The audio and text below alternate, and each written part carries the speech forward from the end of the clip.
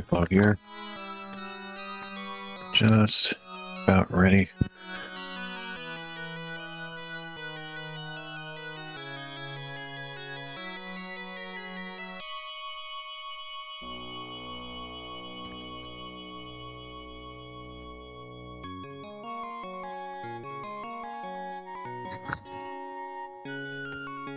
Okay, I'm going to try something a little different with the audio today.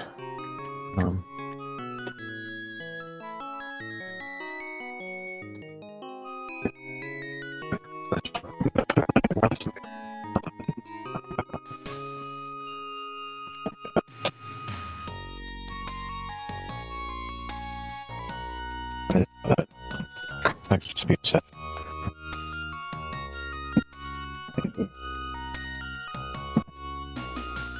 No, we mini pop.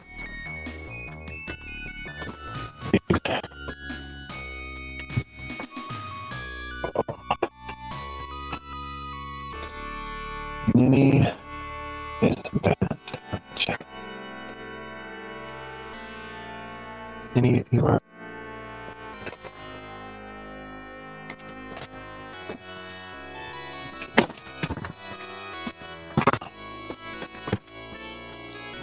Yeah, the audio will probably not be great until I get out here, and then I'm going to experiment with having it a ways away from me. I feel like an 18 decibel gain on it, so I'm hoping that you can still hear me okay, even if it's not on my shirt, because I'm just getting tired of having it there. So I'm going to try maybe take it from one of these ceiling things, so hopefully you can still hear me.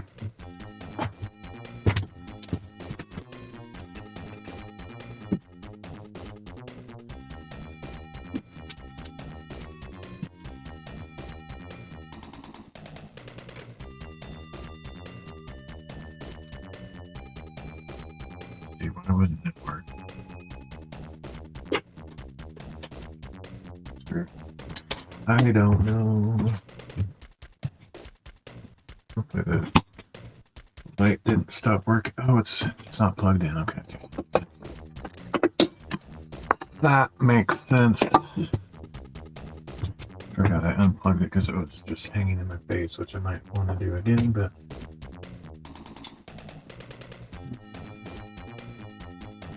if I can get this cord where it's not hanging over, then it'll be fine. Alright, so today is going to be like just a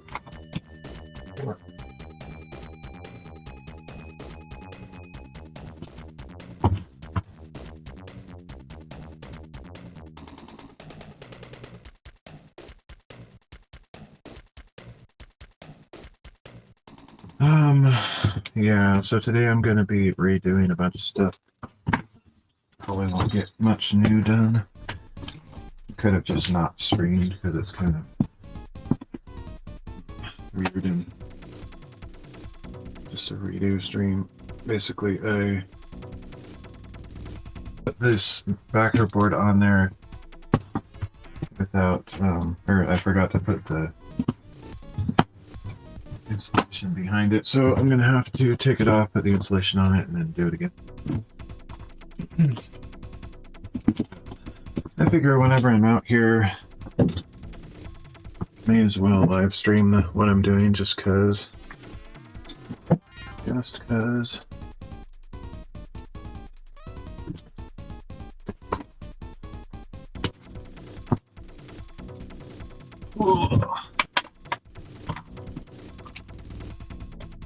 There's stuff all over the place.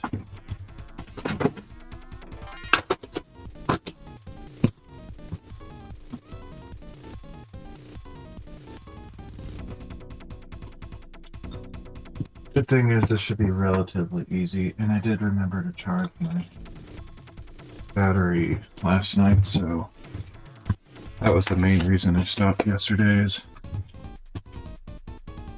ran out of battery, and I tried using my drill instead of the pack driver, and it was like, nope, That's not.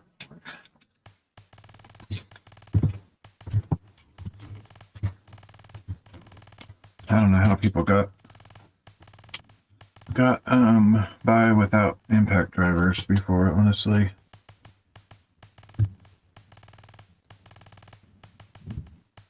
Okay, yeah, I'm not too surprised. Probably if I speak up, it would be better. But yeah, it's like it's in a fixed position up here, and so if I'm like close to it, like right here, you could probably hear me. But if I get a little bit farther away, it's probably harder to hear. I don't know. It's just annoying. Like I need to like build some kind of strap or undershirt, like. I need to get like some kind of thing to put under my shirt because it's a little bit too heavy and it hangs down and it's just like really annoying. I don't like it. Of course, I don't really say anything of any importance anyway, most of the time.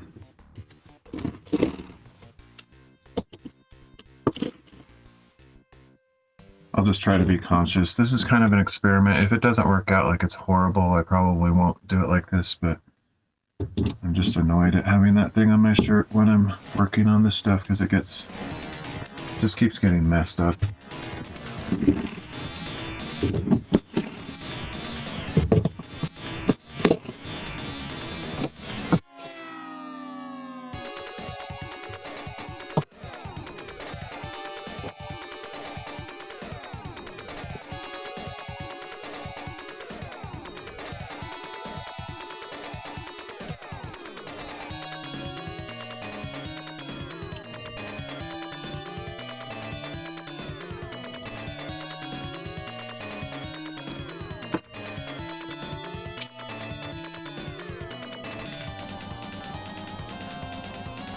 May as well put these in the box.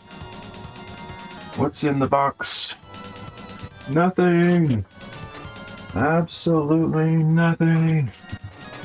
Stupid. You're so stupid.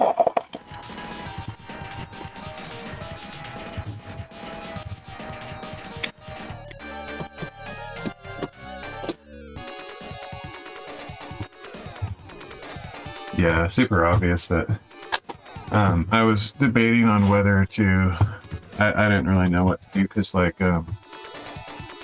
obviously it sounded completely stupid in the original audio because I was yelling at the top of my lungs practically. I kind of knew I wanted to replace it, but I also knew it would be very stark different. But yeah, I'm okay with it. Hopefully that'll be the only time pretty much that I ever have to do that. Because, like, I went to the river, different place, a couple days ago and did some more streams like that, except they weren't streams, they were like recordings, but I just talked in like a normal voice that time, and the AI denoiser thing is not perfect, but it's like 95% perfect. So even if I'm just talking like in my normal voice, and there's quite a bit of background sound, I can cut the background sound out and then re-add it to a certain percentage or whatever. So I think I'll just do it that way in the future. And I'm going to write a script that does that all in one go. It's going to extract the audio out of the MP4, denoise it, and then redub it with the background noise. Set it like 20 decibels or something. Merge it all back together into the video file. Currently, I have to do a several step process, but I'll make that all one script, so it'll be fully automated.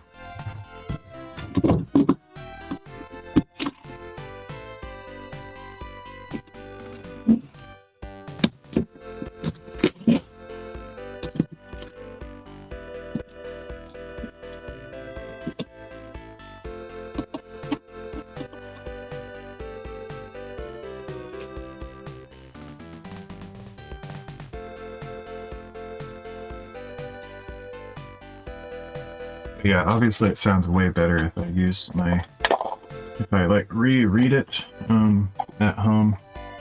I think, I don't remember actually, but I think in that that one that I showed you, I think I used my higher quality microphone, if I remember right. So that's why it sounds kind of richer, more buttery, whatever, deeper voice stuff.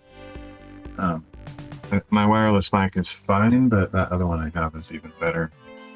I've actually thought of even taking that one with me on hikes, but because I've done that in the past. But I don't know, it's kind of bulky and it's sticking out of off of my shirt. So I don't know. We'll see. It's kind of annoying whenever I know I can do higher quality. Kind of hard for me to choose not to just be like settle for second best, but I don't know.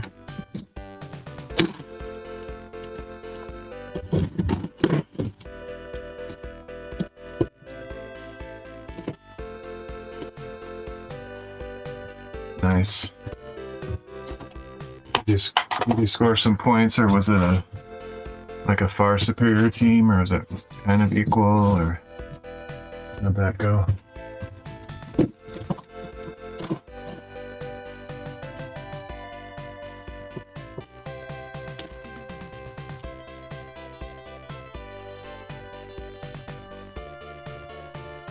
Okay, yeah, this cord is beyond annoying. Beyond balderdash. Gotta get rid of it.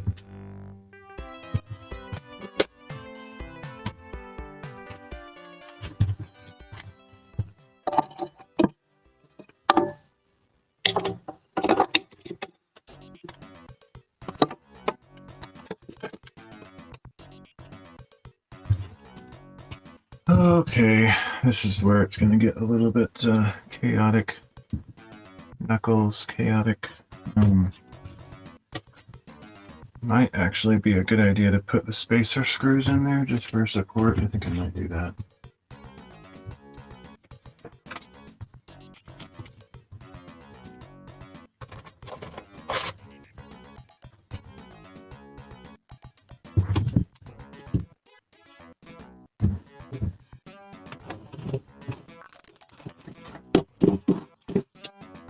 Oh, sick.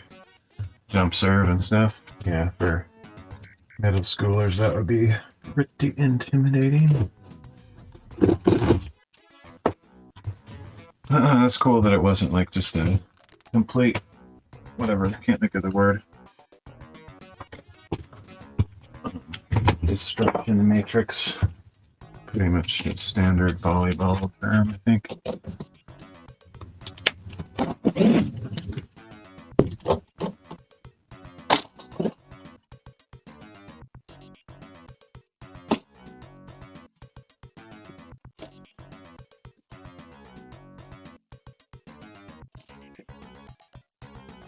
You ever do jump serve? I've never done a jump serve that I can remember. No, actually, I know I haven't. That's like so hard to get the timing right. Throw it up and run up to it. No way. Never done a jump serve.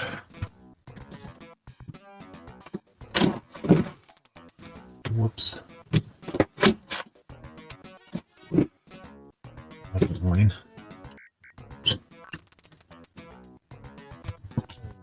2 more screws and then this thing's gonna fall on the face.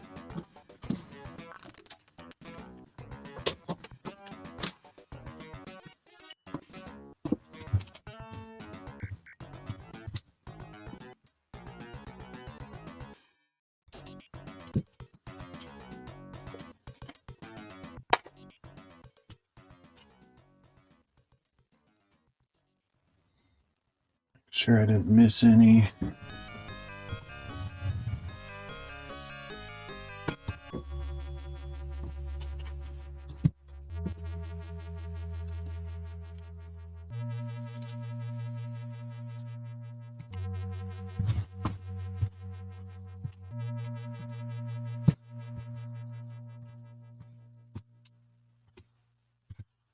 Gotcha. Yeah. Okay. I guess I don't really need these screws in there. They might actually get in the way when I'm trying to get this bottom one out, but I'll try leaving in there just as an experiment. Yeah, that whole thing with like throwing it up in front of you and like running up and just like getting that timing right, that just seems, man, you gotta really practice that a zillion times. Kind of reminds me of some of the moves in Shaolin soccer where they're like flying flying through the air. That movie.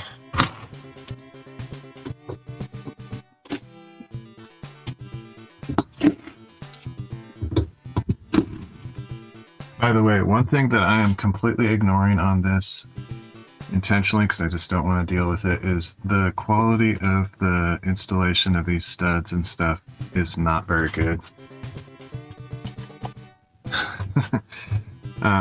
So for example, this stud is sticking out way farther than these boards and there's just not a consistent plane here. And normally, I mean, I've watched the pros, you know, at least the YouTubers, I don't know how pro they are, but I'm assuming they know what they're doing.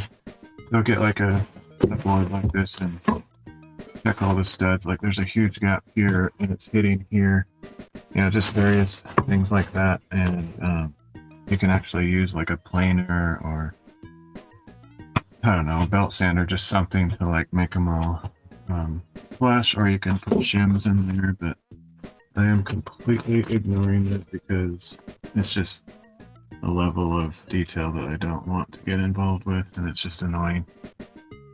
But yeah, if I were to do this really properly, I would make sure all the studs are in line, which they're not, but I probably can't really see from here, but there's actually a little bend in the cement board here because this is sticking out farther rest of the wall, so whatever. I'm choosing to ignore that. If I was working on an actual bathroom install or something, I'd probably actually care about that, but this is just a workshop and I'm not really concerned. Whoa.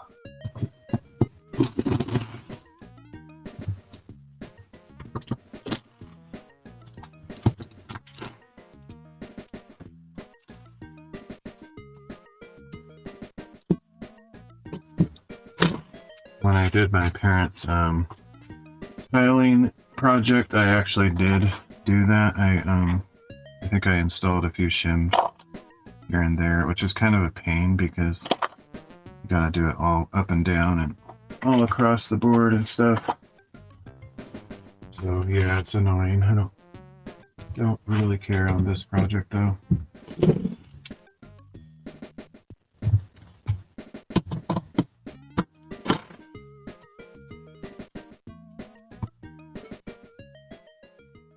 Forgot I did put all the screws on this one. That's actually kind of convenient in this case.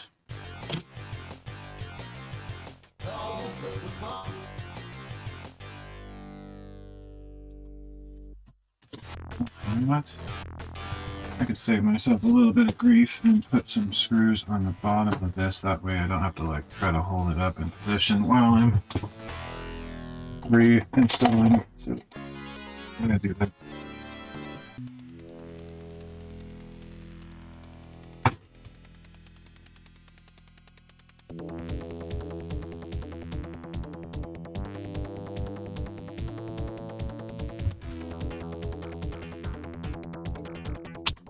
Nice. Thanks, man. I'll see you around.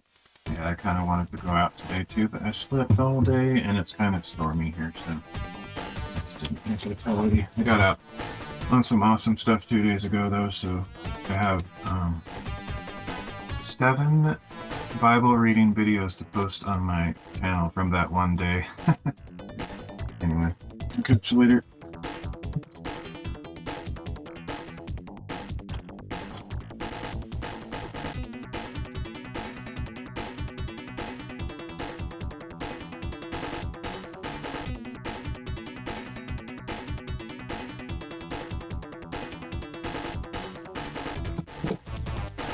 So yeah.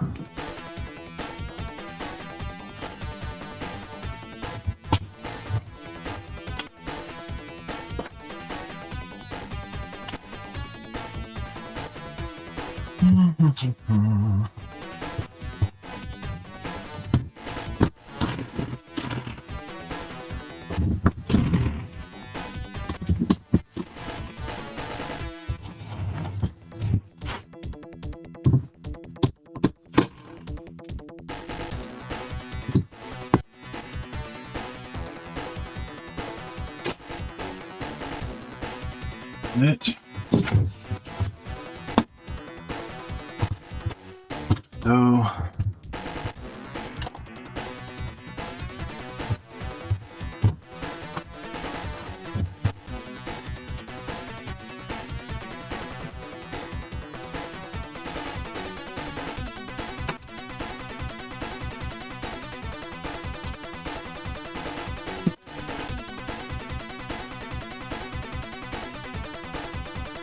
okay, so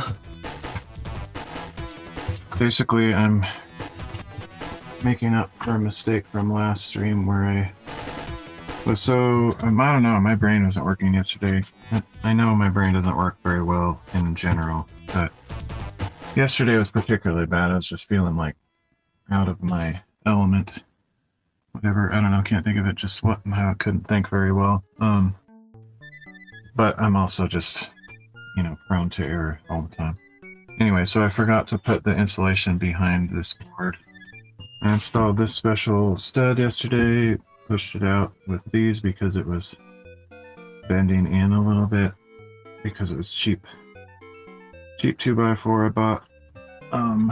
So anyway, I might have pushed it out a little bit more than I needed to, but anyway, it doesn't matter. So that's all done, but I forgot to put the insulation back in here, so that's what I'm going to do today. I need to find the piece of insulation. So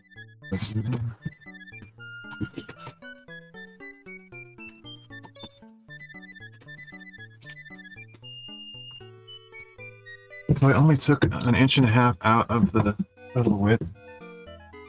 So I think I'll just cut this in half, or figure out if this is actually half, which I think that side's a little bigger, and cut it proportionally and just stuff it back in there. I don't think I'll trim off the excess to fit perfectly, just a little bit of extra, it's fine. Yeah, let's see.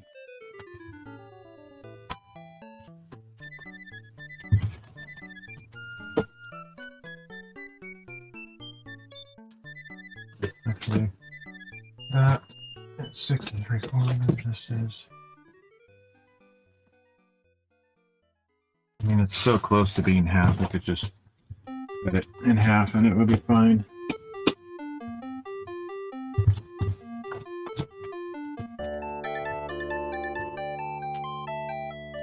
The other thing I could do for these live streams, I've tried this, I don't know, I'd have to do a ton of experiments, but that better microphone that I have, it's I can't remember the brand, I think it's Zoom. It's an old one. It's like a Zoom 2 or something like that. Anyway, it's a good microphone, and I think it would pick up ambient sound around it better than the wireless mic does. You could have that in here, and the only issue is I've tried hooking it up to my phone before and had challenges, but it would be worth it to try again just to see if I could get that to work, because then I could use, I mean, the wireless mic is awesome. I'm not like trying to get away from it. I'll still use it for sure on all my hiking videos, but there's times when, like when I'm doing this stuff where I'm like all bending down and doing all this stuff and I have this microphone hanging on my shirt. It's just annoying. So, blah blah blah, nobody cares about this stuff, but I always talk about my gear.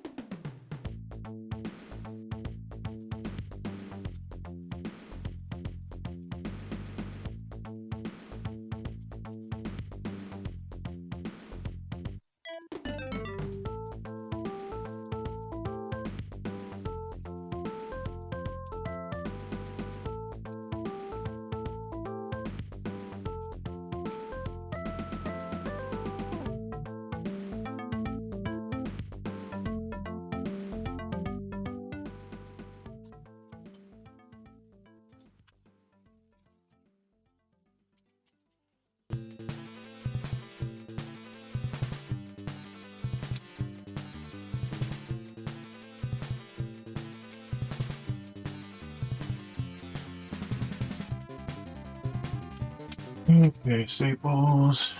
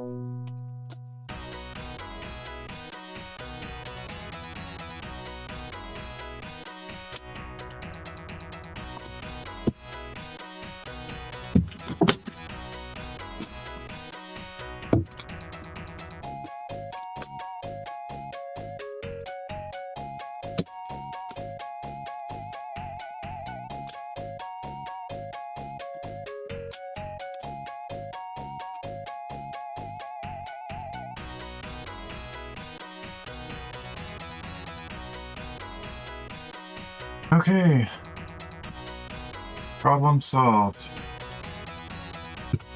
I can install the insulation on that other little section there, but I'm not really covering that right now, so I'm not going to worry about it at this exact moment. I'll do that like in a minute probably, but I want to get these back on.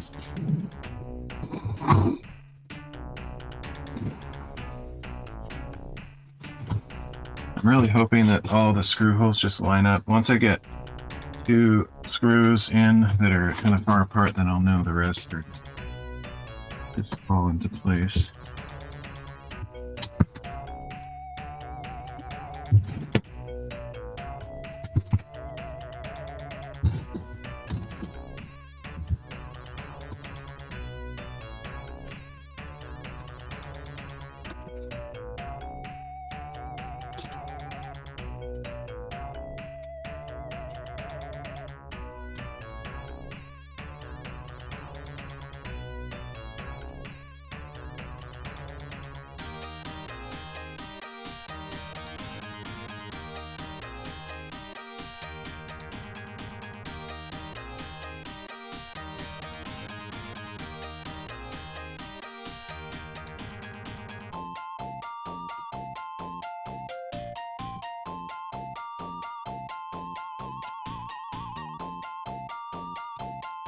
I can see the holes through the holes, so got it pretty lined up.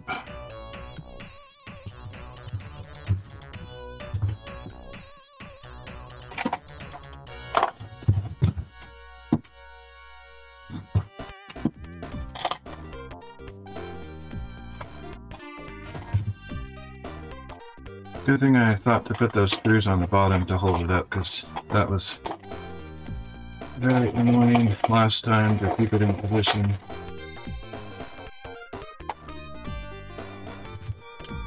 Wish I had my chair over here, but I don't.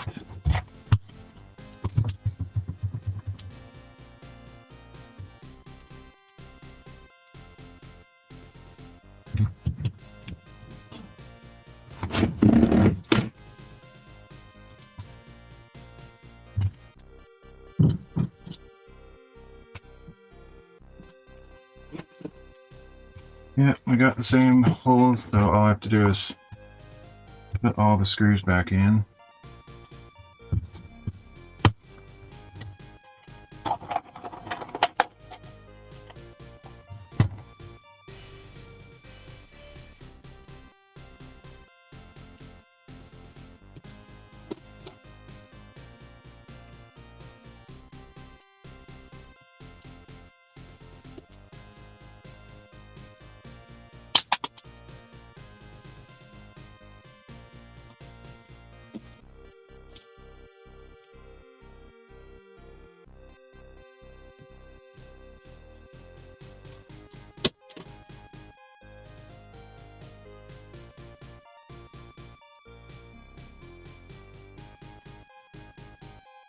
Yeah, so learn from my mistakes. Don't forget to put the insulation behind your stuff.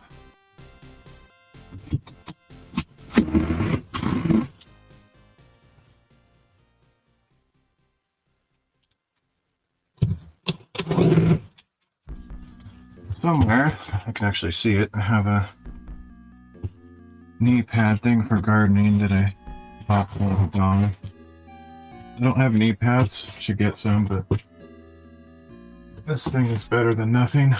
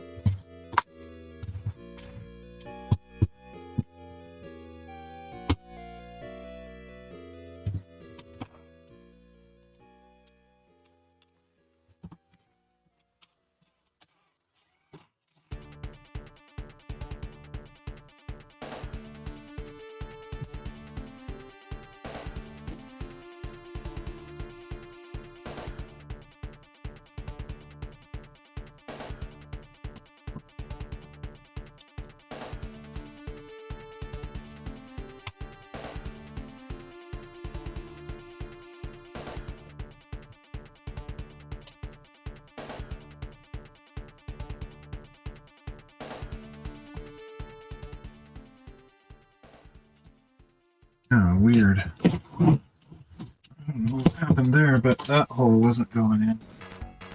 Just broke the corner off this thing. That's weird. Weird that those holes don't seem to be lining up, whereas the ones that I already put in are all lining up. I don't know what the story is on that.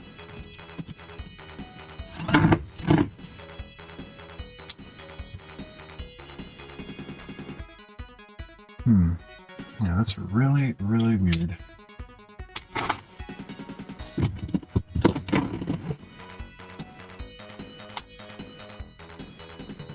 That's kind of the danger of having to re-install cement board. You just get weaker, fragile problems going on.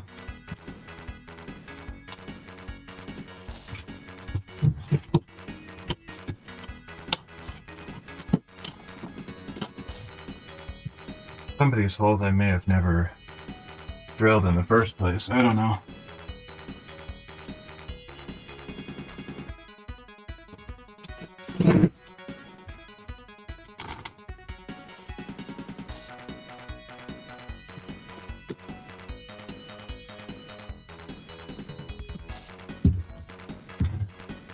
Oh, I wonder. I bet that's where the nail plate is, and that's why that's happening. So I'll just shift it up or down.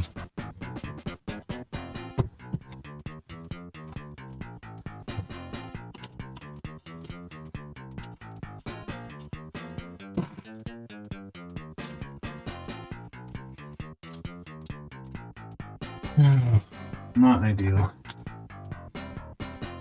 I should go to the extra trouble to pre-drill that hole because that's just gonna snap more off the corner. As annoying as it is.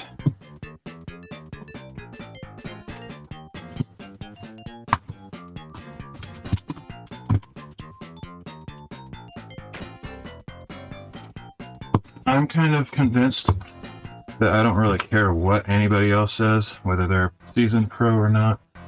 I think you should always pre-drill holes in cement boards. Every time. A little extra work, but I'm sure the pros wouldn't take the time to do it, but if you don't, you get stuff like this. Not good.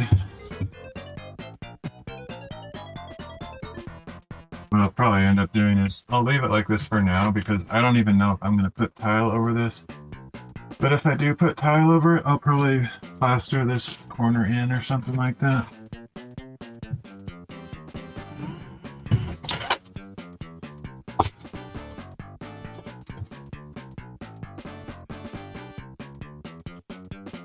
Or just some extra thin set probably would do the trick.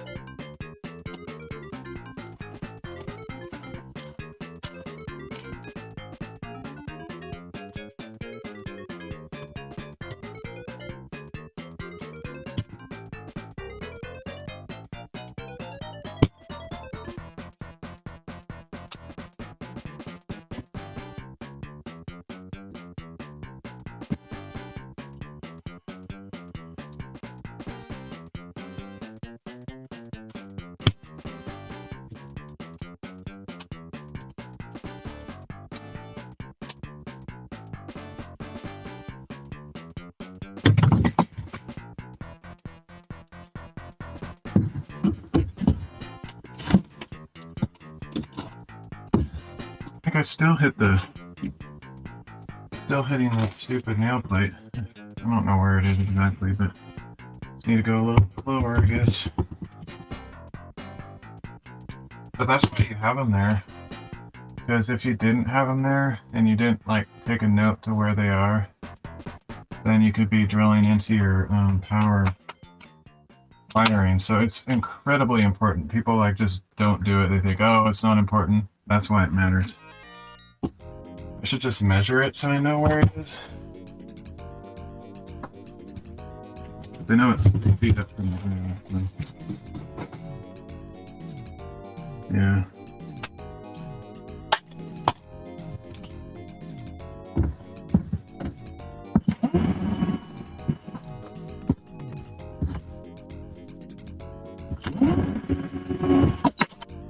Just put a couple extras in here.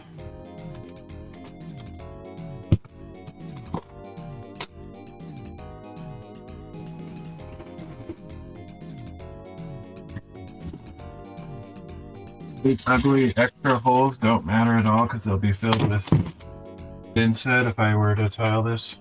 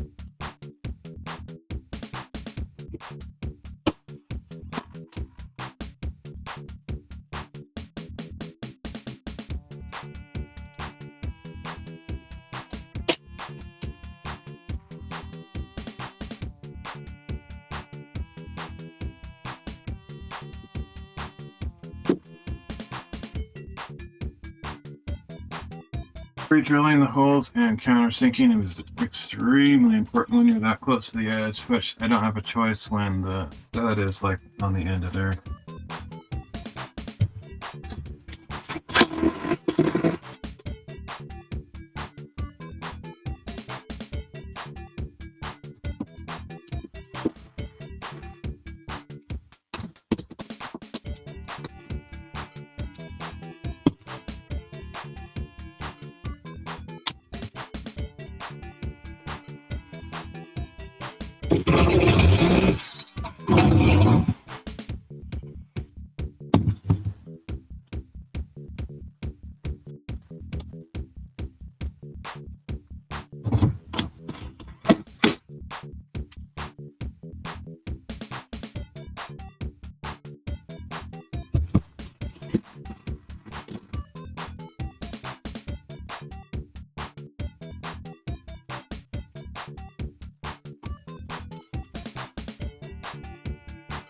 Kind of fortunate I didn't ever hit those nail plates until just then. I was actually really close on this one.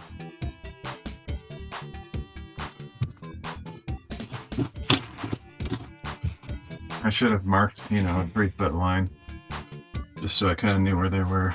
Didn't really think about it.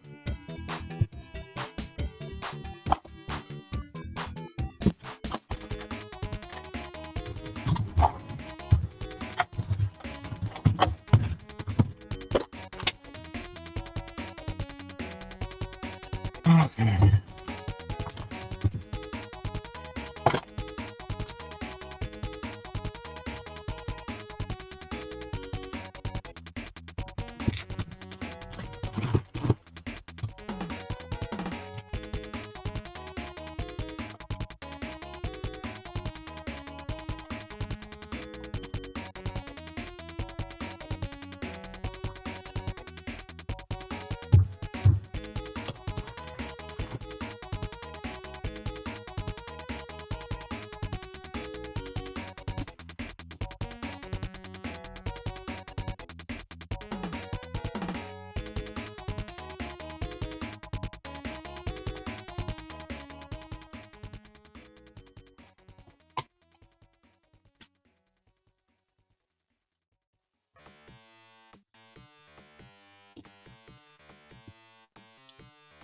All right, that's done. One of two.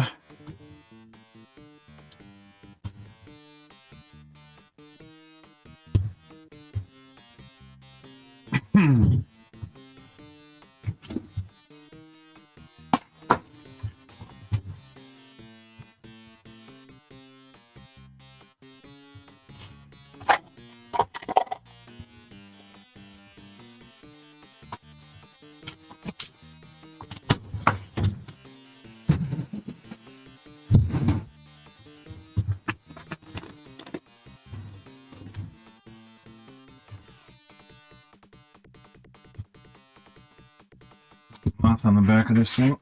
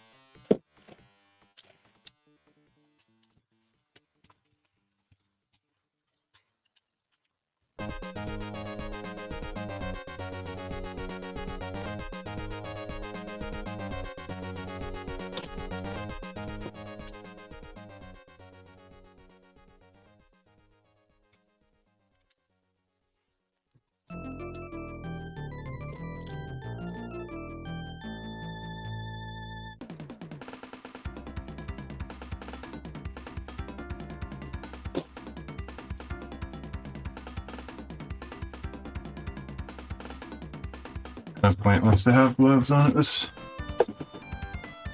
at this stage.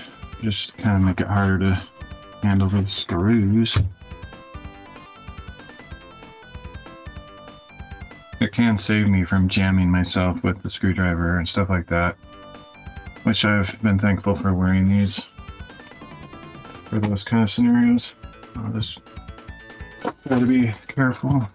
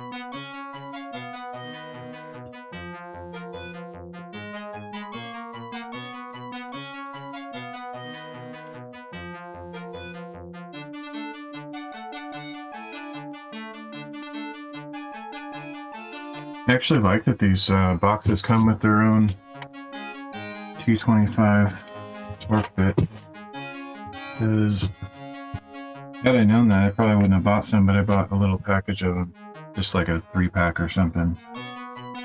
Didn't remember that these came with those.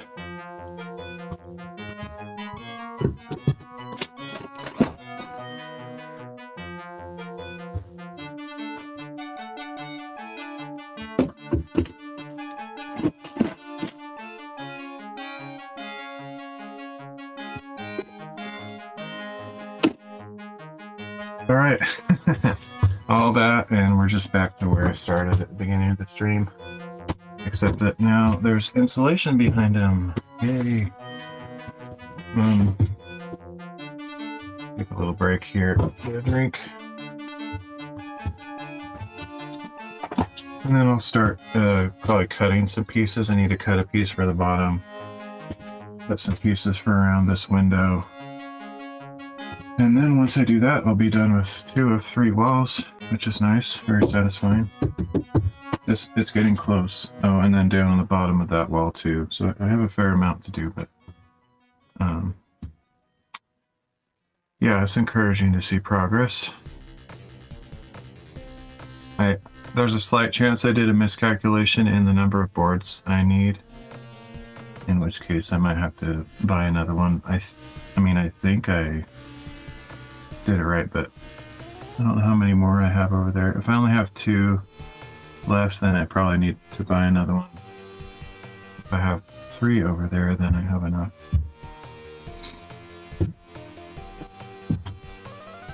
Oh, it's very nice though. It's fun to do stuff yourself. Obviously, you know, some people have really, I don't know, just they don't have a knack for learning things, I guess, or they have to go to a class, or I don't know. But some people, I guess, maybe should stay away from DIY stuff. But I'm one of those that excels at learning new stuff. I'll make mistakes along the way, of course. First to admit that, but that's how you learn, you know. Gotta watch as many videos as you can is really all there is to it. You just bookmark your favorite videos, and if you forget stuff, just go back to it and watch it again. Write down the tips and tricks if you need to. You know, there's really not much to it, to be honest. I know the pros don't like to hear that because they want to, it's important to them to feel like they're the only ones that can do it, so that, you know, they'll make their money, but they excel at what they do. And for the people like us that can't afford to pay a professional, at least right now in my life, I'll do it myself. Other times, you know, it's not even some people that know how to do stuff, they're still willing to pay a professional because they don't have time. Right now, I just happen to be in a season of life where I need to get this done. I can't afford to pay somebody, and I have the time to do it. So, but if I was working full time, I probably wouldn't have time to do this kind of stuff. Maybe I still would. I would just do it when I'm not working. But point is, there's still obviously infinite customers for the pros to get their livelihood out of, and then a few of us will do it ourselves. All right. But I know I can take pride in my work, though. This cement board thing isn't, you know, the best work ever. Obviously, I could have done it better. But most of the stuff I've done in the shop is worth taking pride in, or feeling like I know I did a good job. Nobody could Second, nobody could question my work because I would just come back with, you know what? I've seen pros do it far worse than this. In fact, the people that made this shop, the Tough Shed guys, they do a great job, but they did some things that I would have done better. And I'm just a DIYer. Like this whole loft up here I built myself, and I probably did it to way heavier specs than they would have, because my dad and I went to like a Home Depot and went inside several, like over a dozen different sheds to inspect how they were made, just to decide on what we were going to buy. None of the lofts in any of those made by professionals are half as good as what I did, and that's not just being arrogant, it's just the truth. I used better materials, I spent more time on it, I did stuff that aren't even necessary. You could call it overkill, but it's like heavy duty, supreme quality job. And that's what you can do if you want, you know, spend your time, do the research, do it right. You just watch a ton of videos, you know. Don't just watch the first video and assume that guy's going to tell you everything you need to know. Watch like 20 videos and compile all the best parts of each. You'll get some disagreement even among professionals, but just use your, you know, best judgment. Follow what you know makes sense. You know, I think it's not that big of a deal. It's not rocket science. All right, I'm just gonna get a drink.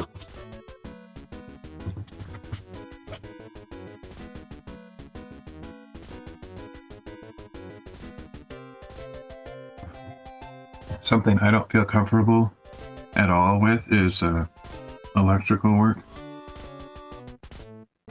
and some aspects of plumbing. I've done intermediate plumbing, you know, definitely I've done beginners plumbing, but I think I'm probably intermediate with plumbing. I'm not a pro, but I've done enough variety of stuff that I can figure most things out without doing a terrible job and causing damage or anything. You know, I do the research and feel pretty confident. But electrical, nope, I don't know anything about that. Thankfully, I have some family members that know how to do it. So my dad asked my brother-in-law to come help out. He brought his dad. They're both master electricians, so no concerns there. But yeah, I wouldn't know how to do that stuff. After watching somebody do it, it's like, that's not hard. I mean, I could do that. The thing that concerns me is all the little details that if you screw something in just the wrong way, it could like produce a spark instead of fire, you know, that kind of stuff. Installing it, you know, you can drill holes in studs and string a wire through there, no problem, that's easy. But like getting the configuration right and all your switches hooked up so they're not going to be fire hazards, you know, all those little details. That's stuff that I haven't studied up on, but even that, you could probably learn DIY. I've just chosen not to really get into that. My dad actually knows a fair amount about electrical work too. He's not a professional, but he did go to school for that stuff, and so he has way more knowledge than I do for electrical. So whenever I, you know, just need to put a light fixture in or something, he can do that. It does a good job. I could learn it, you know, it's one of these days. I would like to know a little bit more about electrical, but and everything that I see I can do, except for the little I feel uncomfortable with just all the details on hooking up the electrical boxes and the light switches. I don't think it's that hard to learn. I've watched a ton of videos on it, so I feel like I probably could do it, but one of those things that I don't mind having somebody else do that knows what they're doing.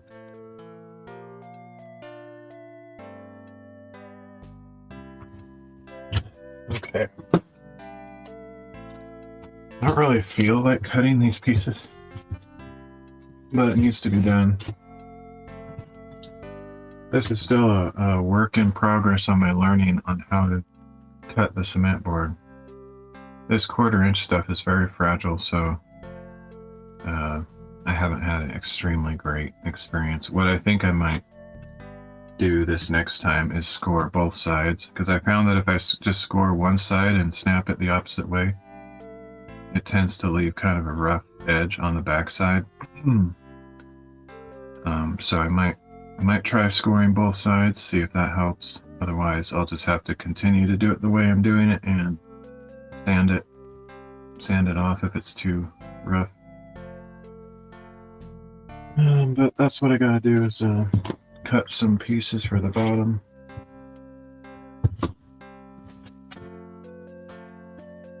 Get my gloves on, because handling this cement board, it kind of gets all that nasty dust all over your hands and dries them out.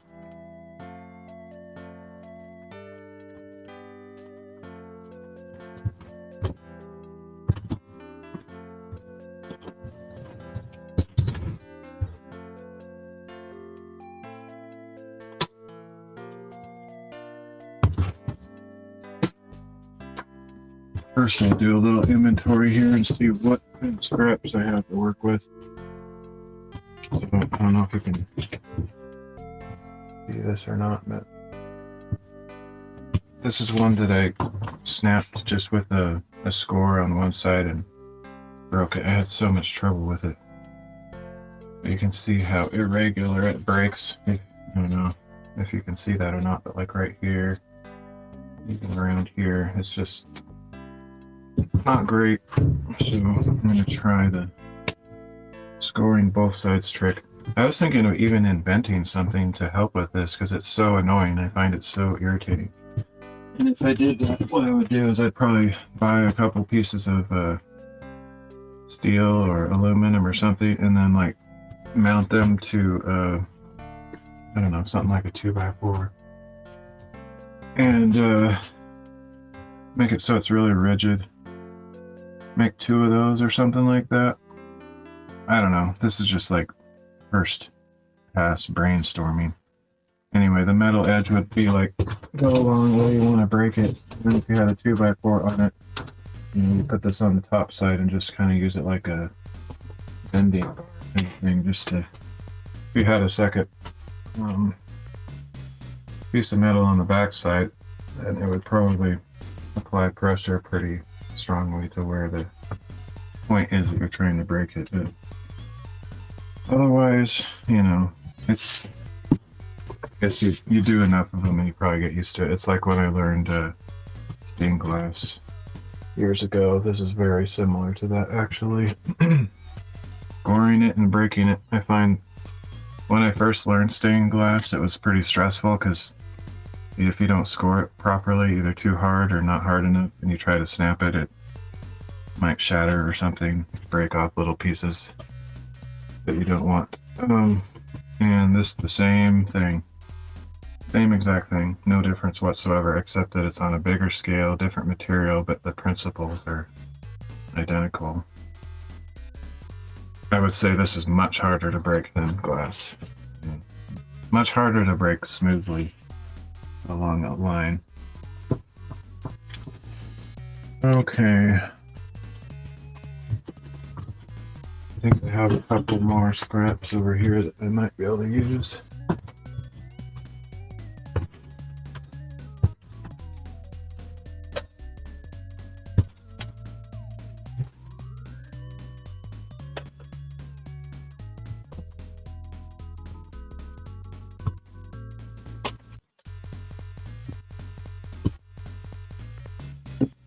But actually looks pretty nice.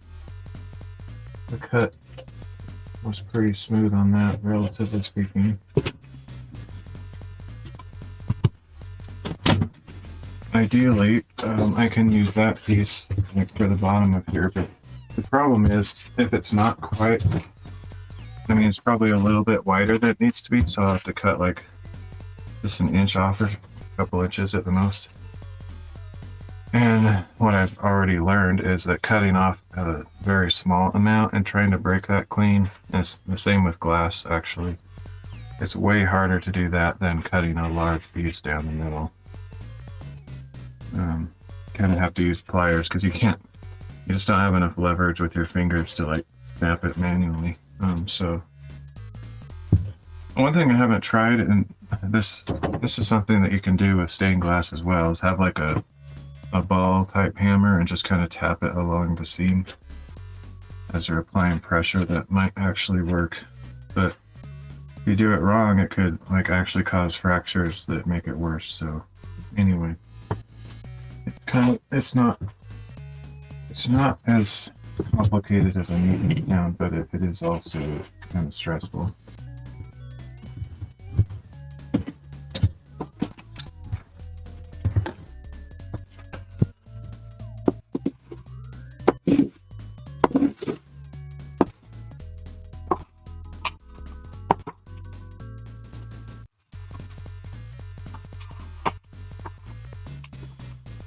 Learn from my mistakes. So last time I made a little strip on the bottom. I didn't brush off just the debris on the floor, and a little piece of tiny little sliver of wood got behind the cement board, and it just didn't allow me to get flush with the wall, so I had to like take it off and pull that little sliver of wood out of there. So I'm just brushing off to get all the loose debris out of the way. Learn from my experiences.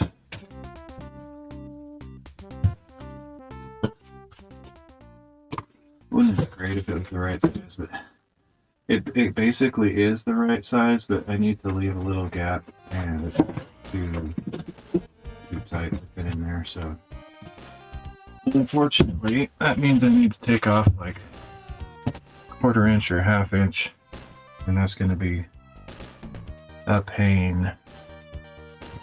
I could use this elsewhere and not try to use it there on the bottom. I don't know.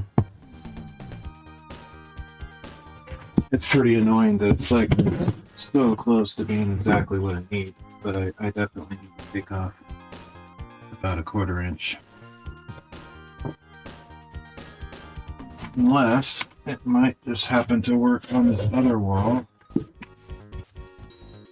Because I did leave one section undone over here. So I'm going to check that. Because if it'll work over there, I can cut properly sized piece for this wall out of this leftover.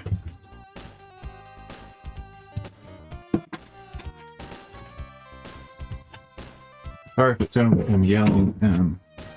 I have my microphone up there today, and I don't know how receptive it is. Kind of speaking up.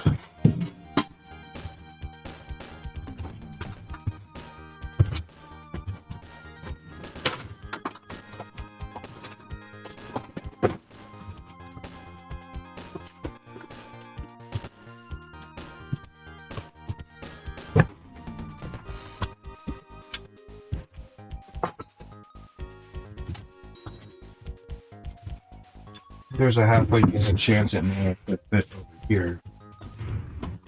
The other thing I could do is get my second tripod out and put my microphone kind of attached to that, so I could move it around a little bit closer to where I'm standing.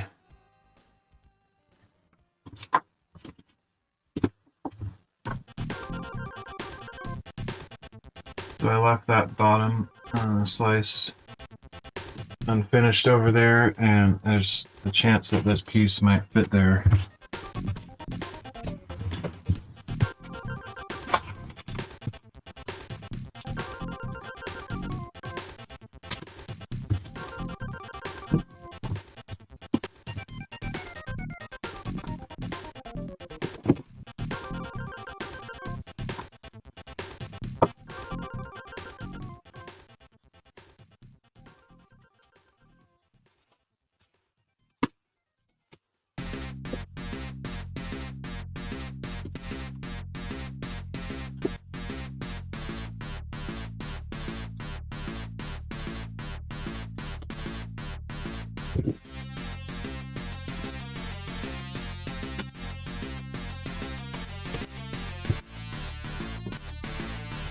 Kind of one, whatever you call it, 6 dozen, half, or 6 half a dozen, whatever.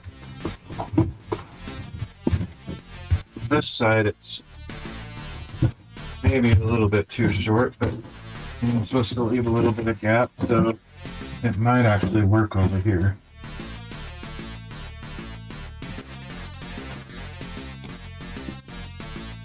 I think it's probably just about right. If it was an 1/8 inch taller, I think it would be perfect, but it's probably close enough.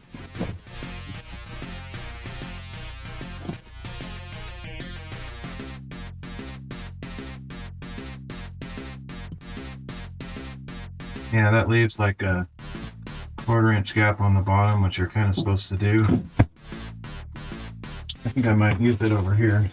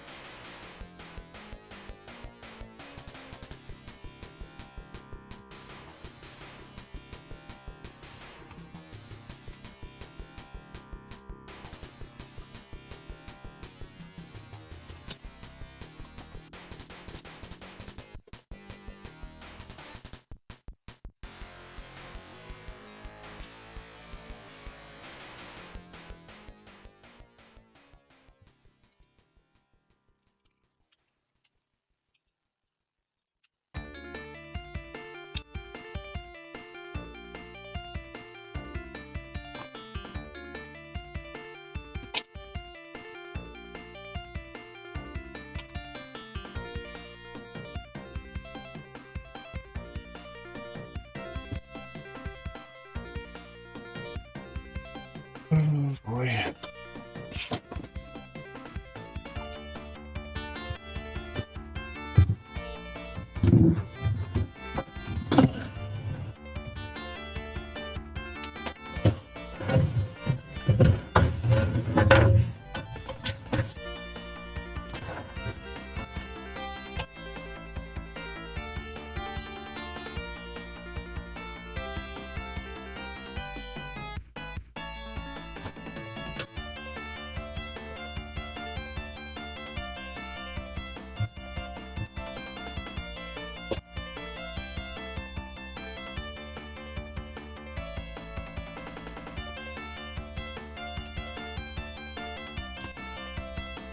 Alright, let's try scoring on both sides just to see what happens.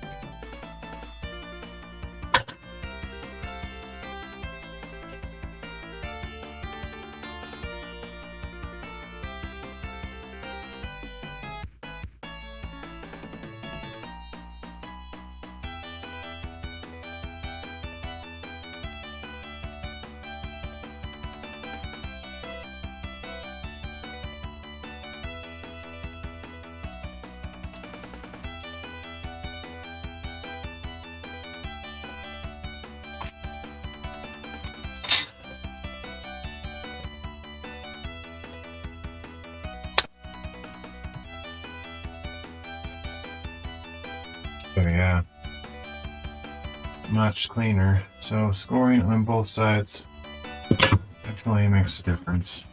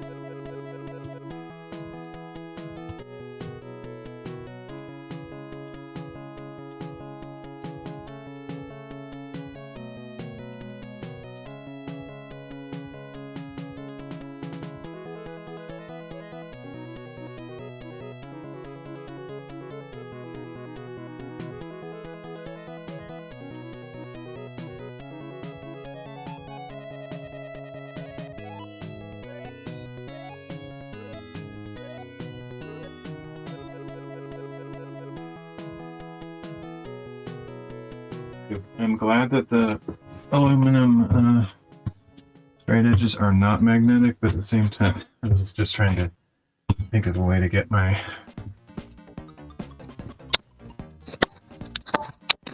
microphone a little bit closer.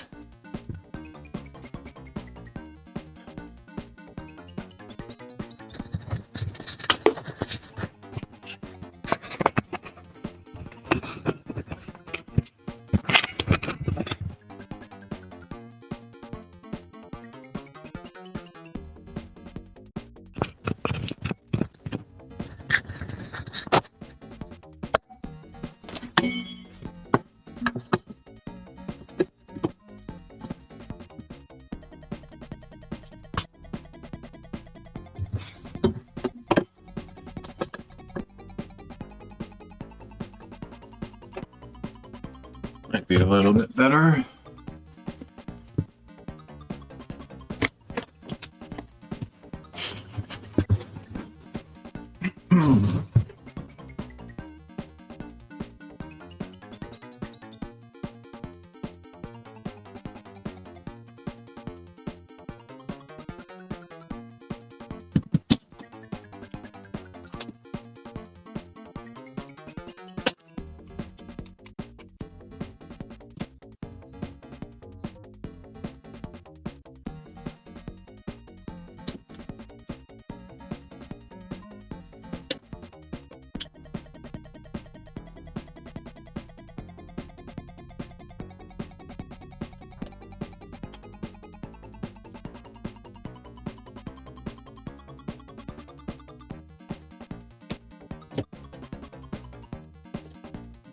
Just trying to figure out how to hold this in place while I'm making all the screw holes and everything.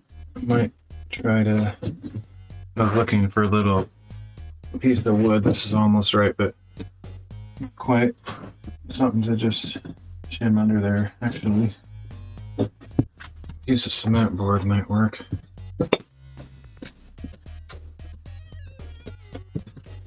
Couple of them.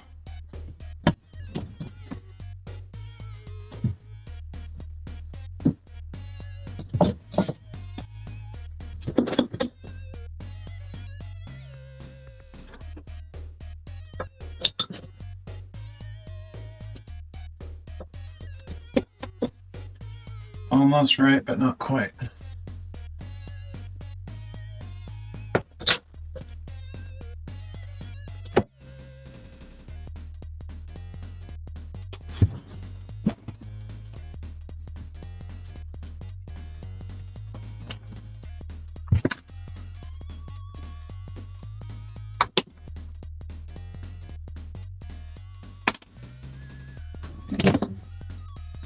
Surely I can find some scrap.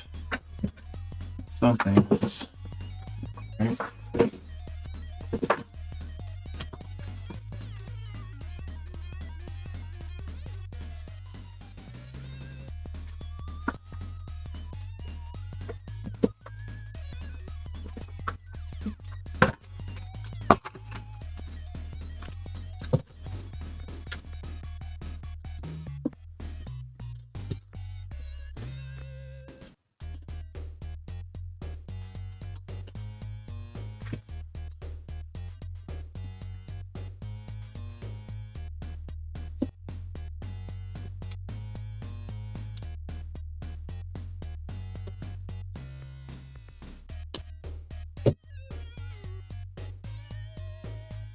That'll work.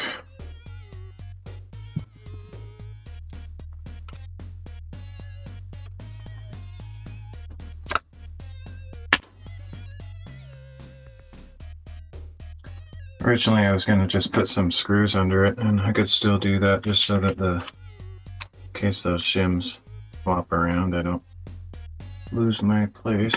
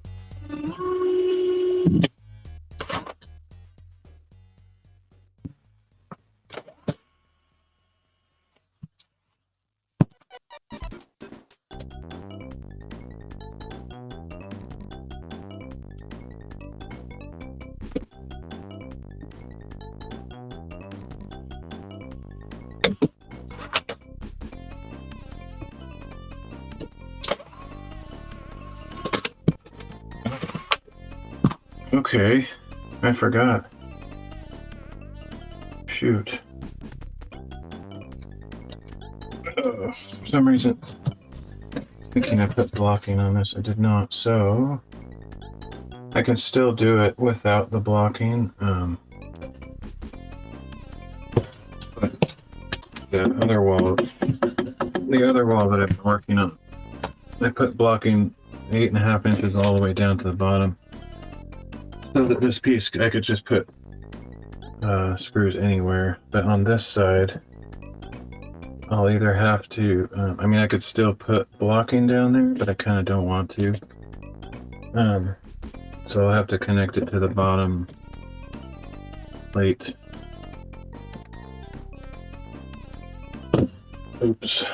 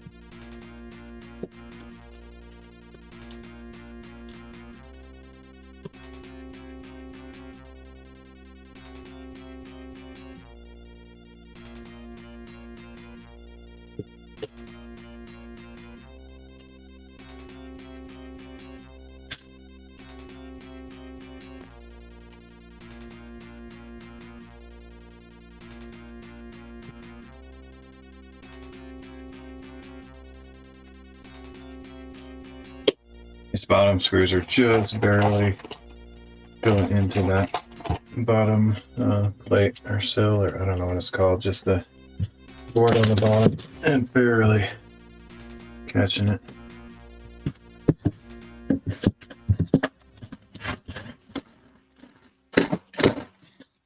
Which is why I put thorough blocking over here. That was just kind of an afterthought, like I thought of it later, and that was after I had already done this wall, so improve your methods as you go. Look back at your first stuff and think, oh man, that wasn't as good, I didn't think of all the details.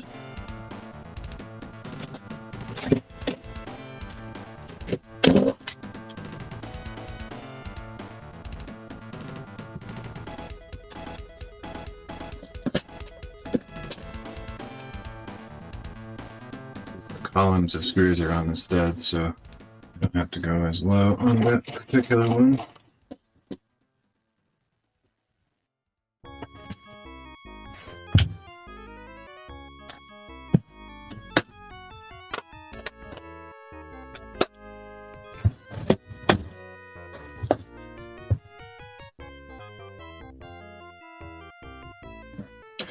There is a 4-inch strip of blocking between these two boards, so I have more flexibility on the top and on the bottom. I didn't do the 8.5-inch blocking on this wall, so just screw it into the bottom.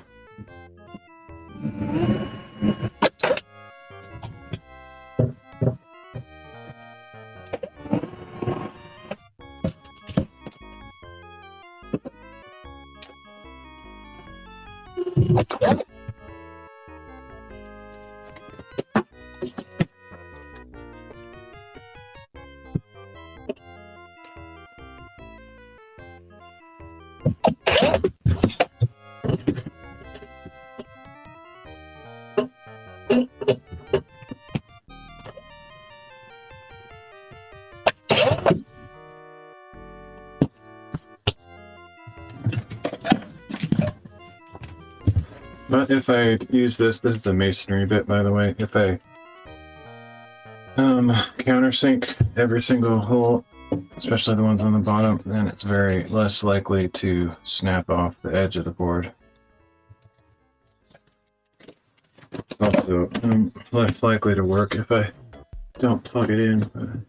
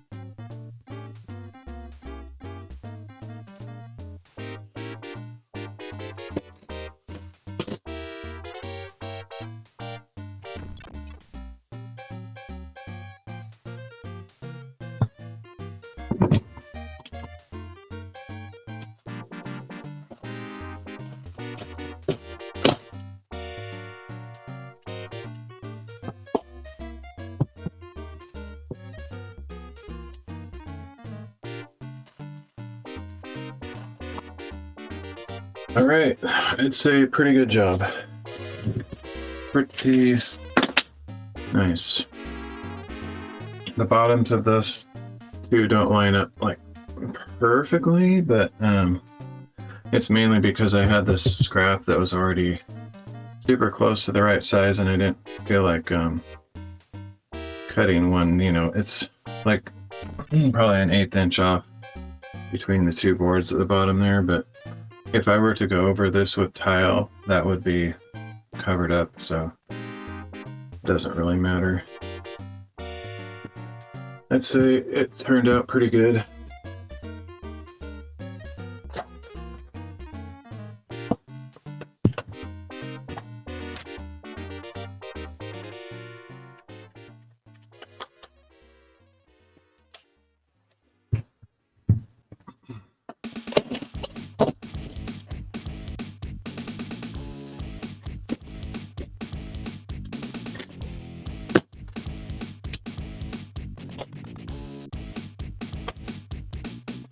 So I have this other side I could do. Means I'd have to cut another slice, fit that side. I think I'll do that. I don't know if I'm going to do the window stuff today. It's going to be kind of a pain, to be honest.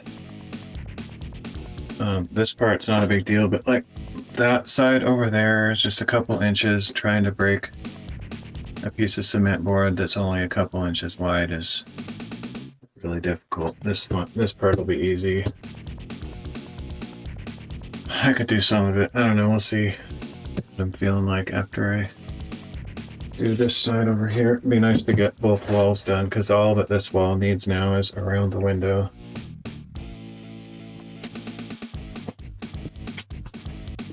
But I'll work on this part next.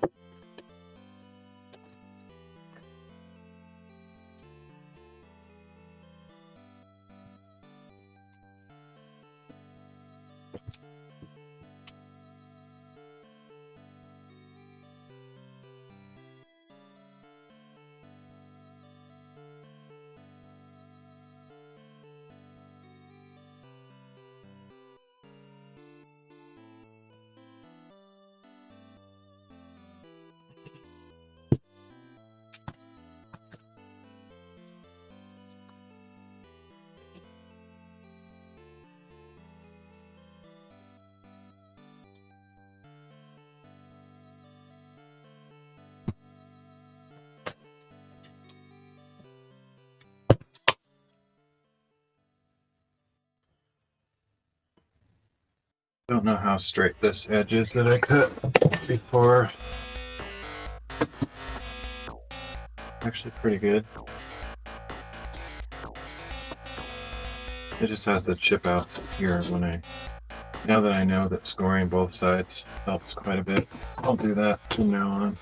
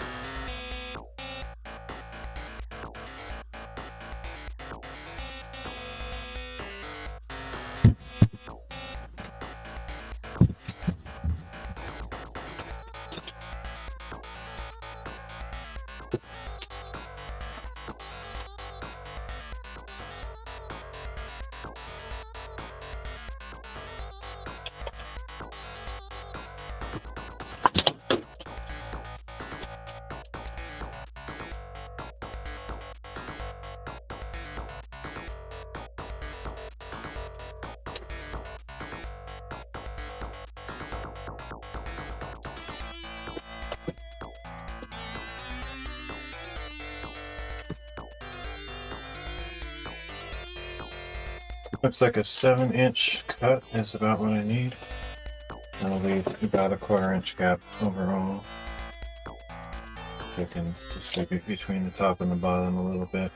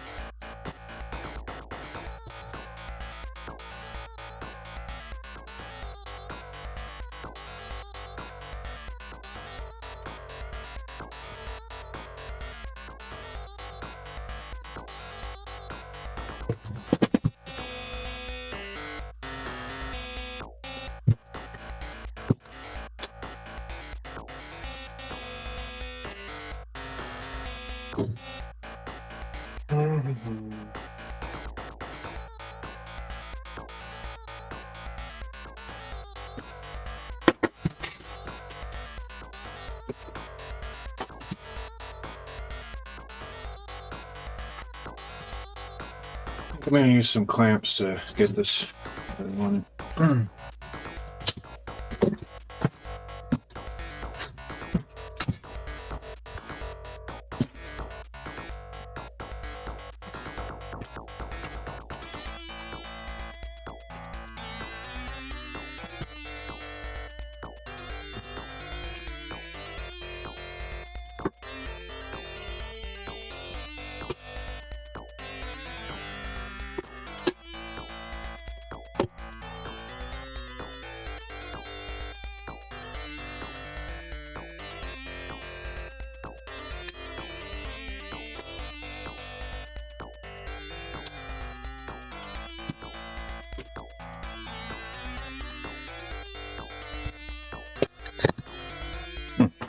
That's kind of cool.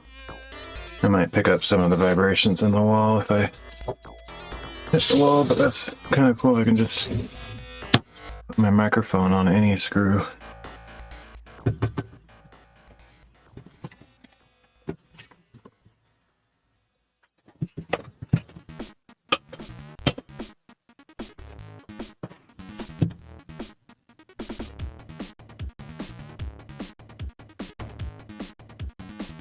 Once again, I wish I had either at least a 6-foot long straight edge, but 8-foot would be amazing. Or one of both. A 6-foot is what I need right now. This is only 4 feet, so I can't hold it in position on the board on both sides. I made the huge mistake last time of using a 2x4 as a straight edge. Only to find out no, it wasn't a 2x4, it was a cedar plank. And it's completely bowed, even on its width, which blew my mind. Anyway, it's completely not straight, so When I did the cut, it was not straight. I'm not going to make that mistake again. But I don't think I have any object that's straight and over 4 feet.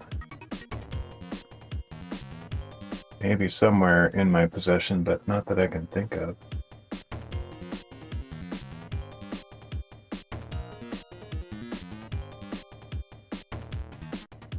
Maybe, I don't know.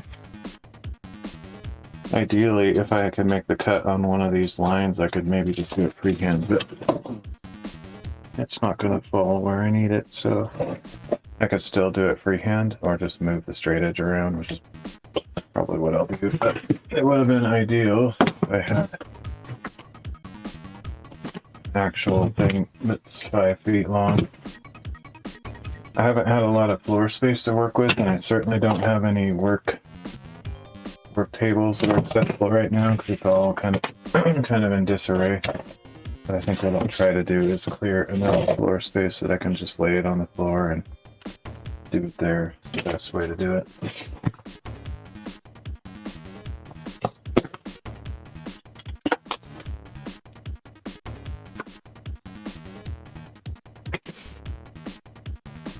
Need to vacuum in here.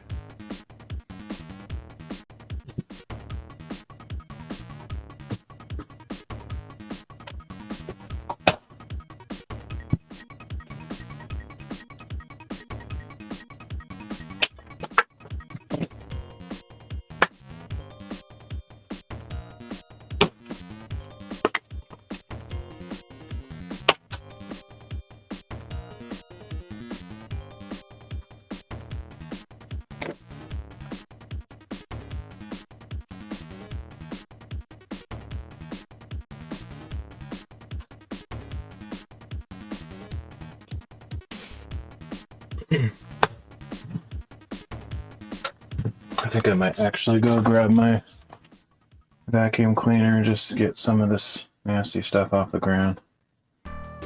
Then I can just lay it flat, do the straight edge, and that's the way to do it, really. Just I haven't had any floor space this whole time. That's why I've been just doing it, you know, hanging stuff in the air kind of like crazy. But doing it on a floor or a big table, that's the ideal way. I need to wash this stuff off my hands too. So I will be right back in a couple minutes. Grab my vacuum. Wash my hands.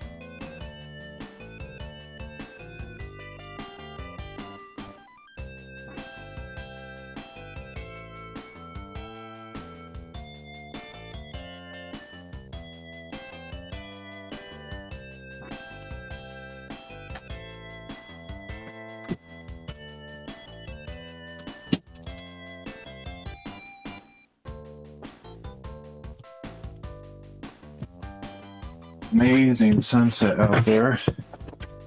Makes me wish I was out hiking today, but stuff to do.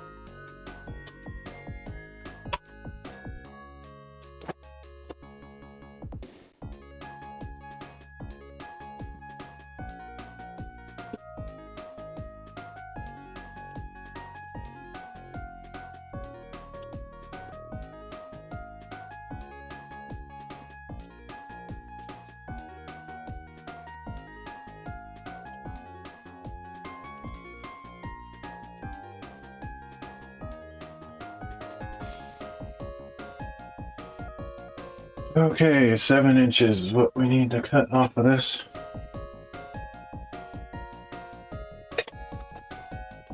I'm gonna go from the crappy end. I don't know, it doesn't matter, but that's just what I'm gonna do.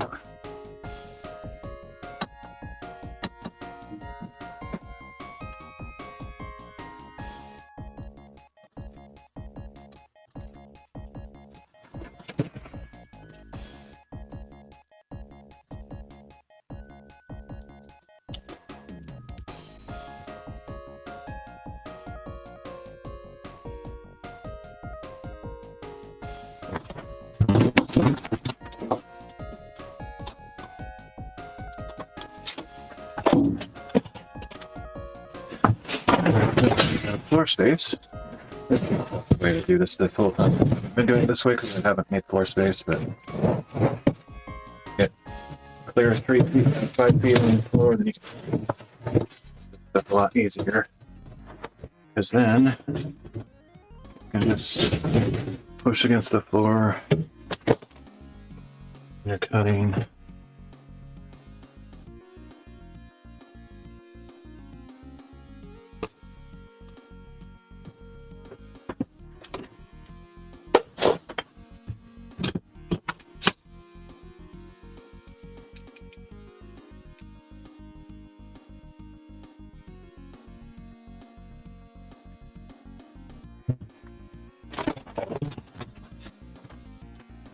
Put your knee on the straight edge. Much better.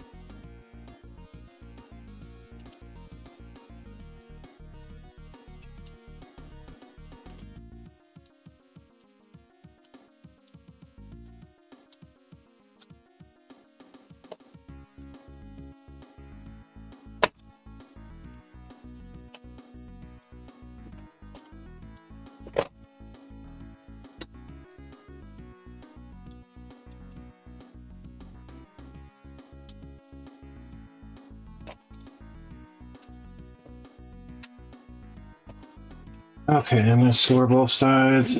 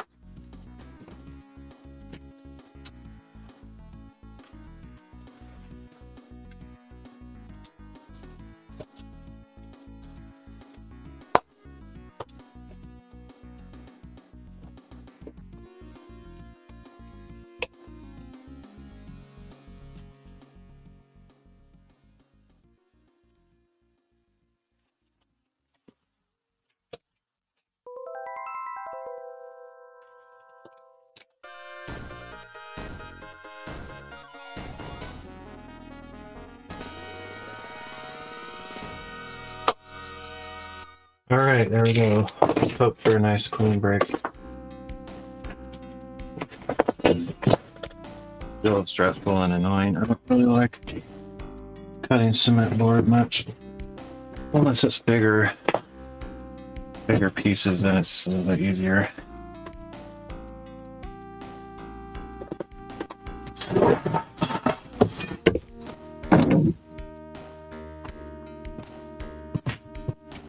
Let's see. I don't really have a super clean strategy for doing the break aspect. Ideally, you could do it on the edge of a table. I think that would be the best. I don't have a table right here.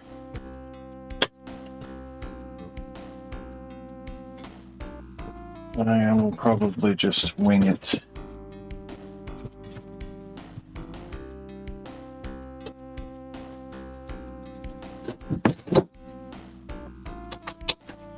Wouldn't be surprised if tapping it along the edge might help, but I don't know if I have a good object to do that with. I don't know what to use. I don't want to hit it too hard because it might fracture strangely.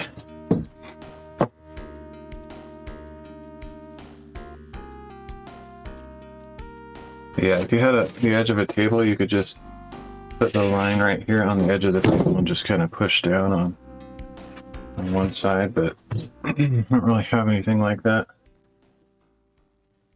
I could clear it off or available. Maybe the side of my shelf over there I could use, or it's opening. Hold it open.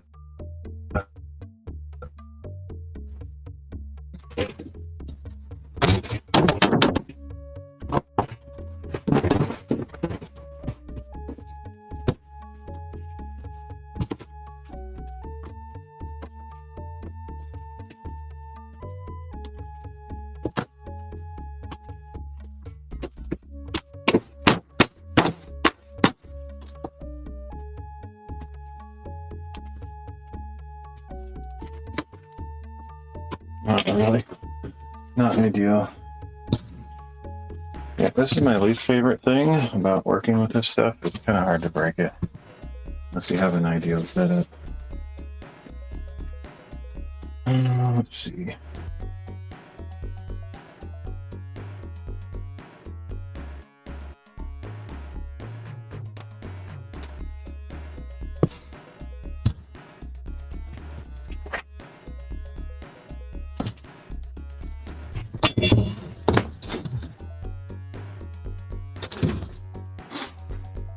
Yep, that's annoying.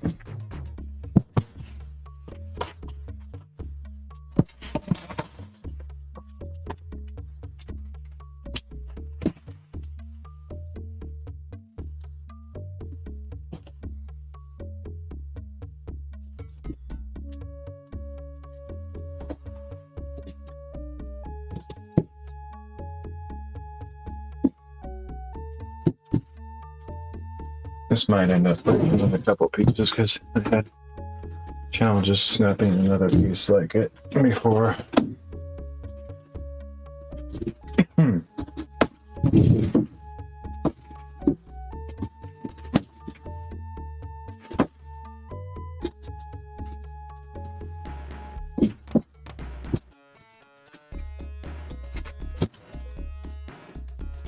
Really difficult. Without some kind of right edge to break it along, which I don't really can't think of anything that I have right here.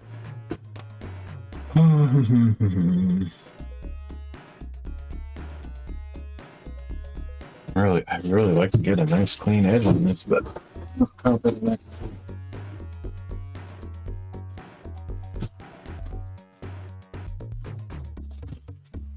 Okay.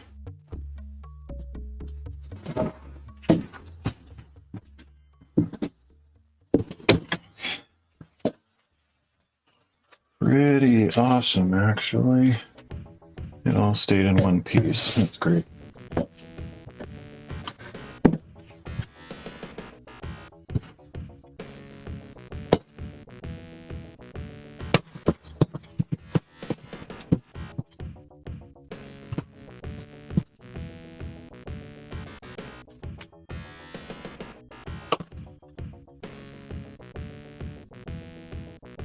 Okay.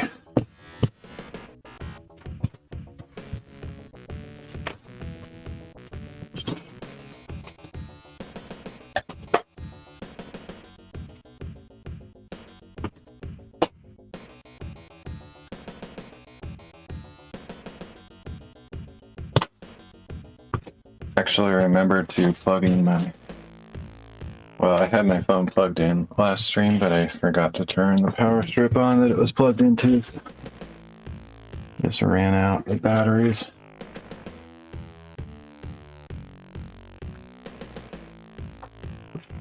Some of these evil staples off the ground, so I don't put my knee down on one of them.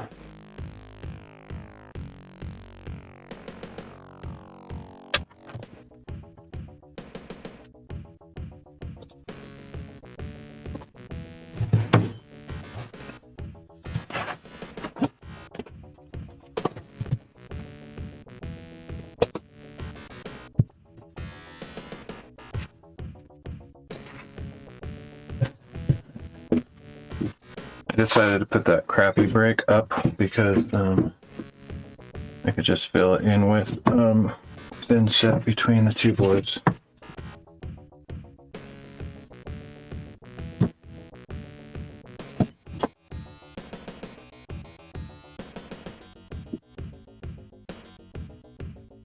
I knew that it was kind of a rough cut too, so the whole idea of giving myself a 1/4 inch extra for the gap, I pretty much knew that if I pushed it up against this board, it would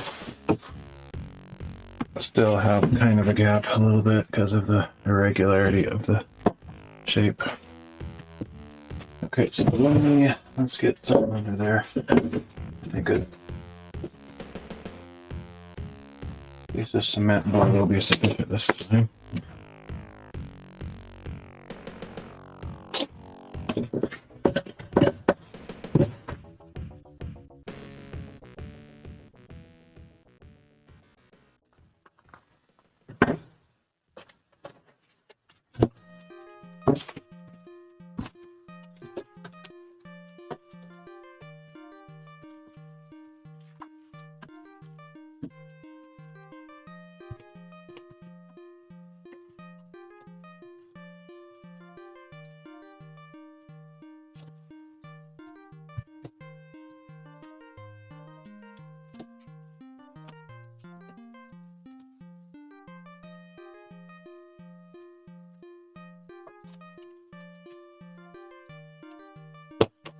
Now we have complete freedom. I can put screws wherever I want because that whole 8.5 inches down is totally covered with blocking, which is or the way to do it in my opinion.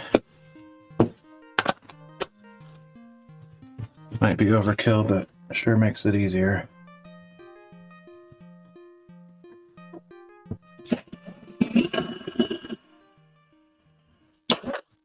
I don't have to put the screws so close to the edge where it's liable to crack the board. I can put them anywhere.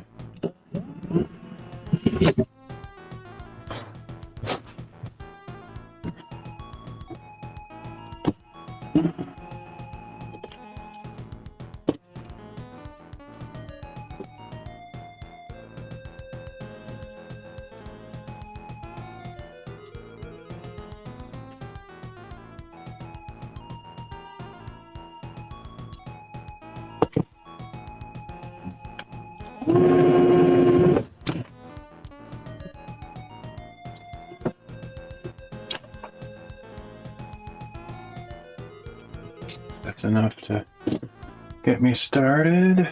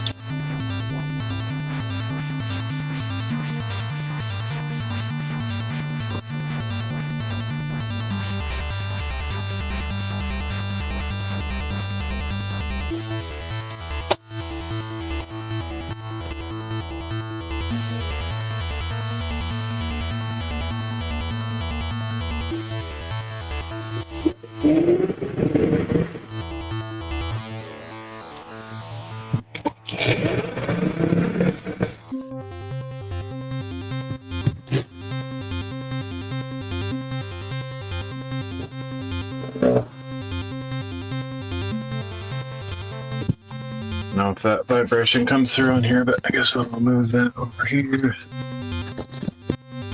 Oh, that's awesome. Just put that on any of the screws.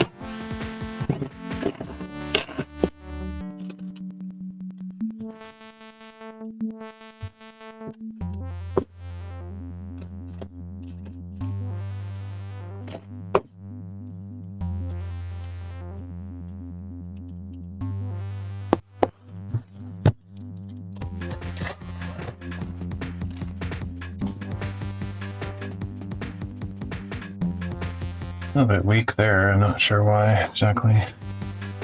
Oh, it's because this is stupid. They have a huge span of distance between these two last studs, which is really dumb in my opinion. Tough Shed, who made this thing, was like 16 inch, and then this last one they're like, ah, we'll just leave it open.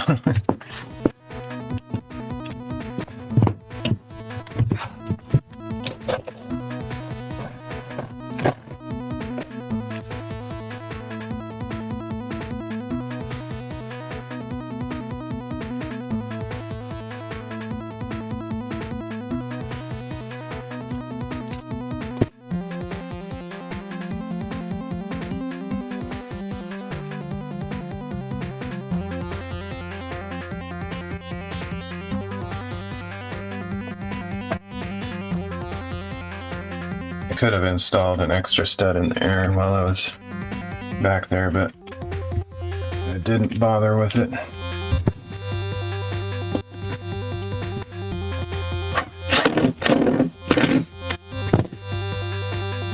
But that would have been the ideal thing to do.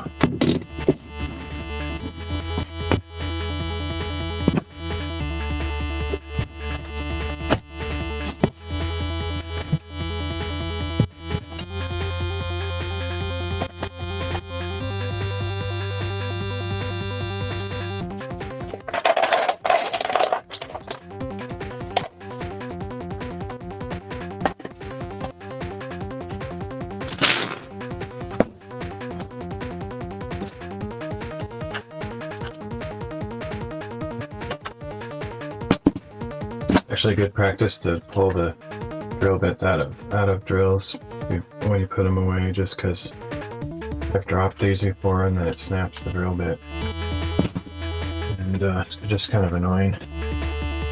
Otherwise, not really any reason to take it off, especially if you're using it a lot. Like, I'll just leave this one in there because it's 50 and isn't likely to break.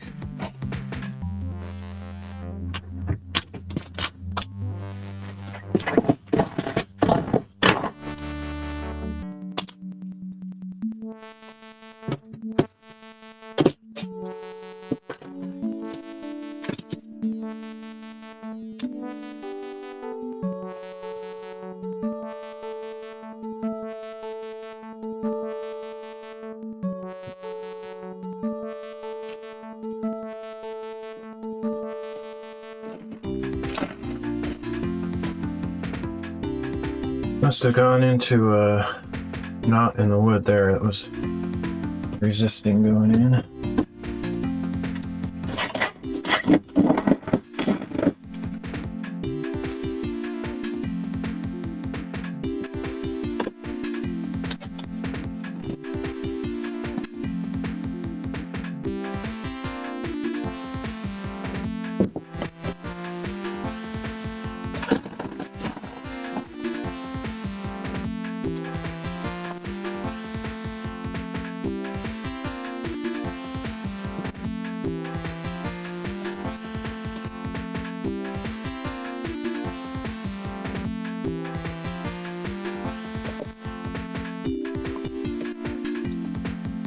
Alright, not too shabby. It always looks extra nice when you take the time to line up your screws, and it's like super pro looking. I don't even think professionals do that necessarily. I just like to. A little bit of OCD again. Okay.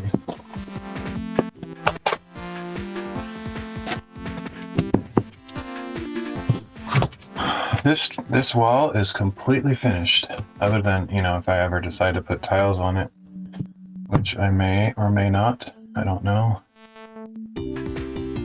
Very satisfying to finish a whole wall, though. Obviously, that way is not finished, but all I was intending to do is one board's worth of width that direction, which is 5 feet. So we're done with this wall. This wall's getting close. I just need to do that stuff up there around the window. Which I don't know if I feel like doing that today or not.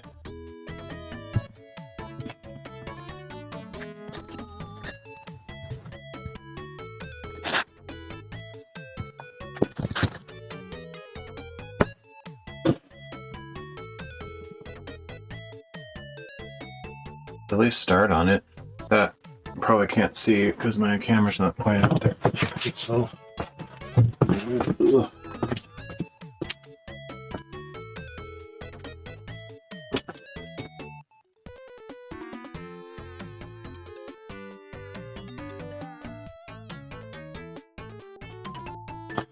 some of these pieces will be easy. That one will be the easiest of all. It's literally got 100% backing. There's not a single cavity behind there. This one will be super easy as well. The entire perimeter has stuff around it.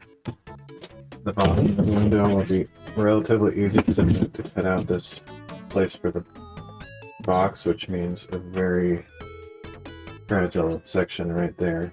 And then this side is the one that kind of suck. I have very little spot here to cover. It's really hard to cut that thin a piece of cement board without it breaking into a billion pieces. So I might actually wait on that one and cut it with my jigsaw or something. It's not worth buying a special blade for my table saw just for this one little piece, but that would be awesome if I had the right kind of blade for my table saw. Or I also have a circular saw. Same thing. But I'm not about to go buy an expensive saw blade just for this. But if you're doing it all the time, or had a bigger project than what I'm working on, it might be worth buying something like that. I forgot my microphone's back here. But for the little that I would need it, it doesn't feel worth buying that. The other thing I have to decide is what I'm going to do around the windows. Generally, what I would do is put cement board on there as well, since that's what I'm working with. And then I could put little bits of tile on there if I choose to.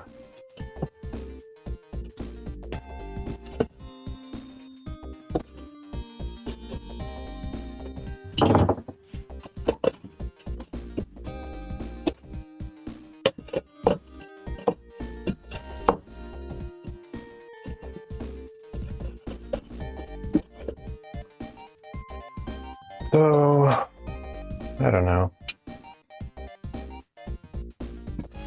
I'll have to take this off.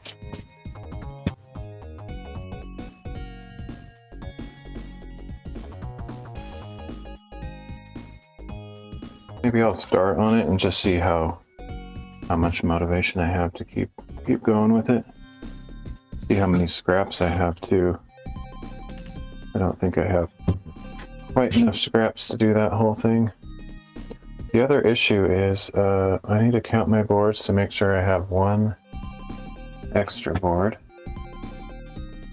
for some of these little things, because mainly all I have left is the bottom of that board, so I mean the bottom of that wall over there. I'll need another 7-inch piece or so for the bottom. Otherwise, whatever I need here, but this piece here is all, like, I have this little scrap which might fill in one of these spots. Not really. It's not really big enough for anything. And then I have this piece, which is might save that for the bottom of that wall over there, because I could cut a 7-inch slice out of that. So yeah, I don't know. I hope I don't have to buy a whole new sheet just for these little spots, but I will need some for the window, like, sill area as well, so. Let me check, I might have, if I have 3 boards over here, then I have enough.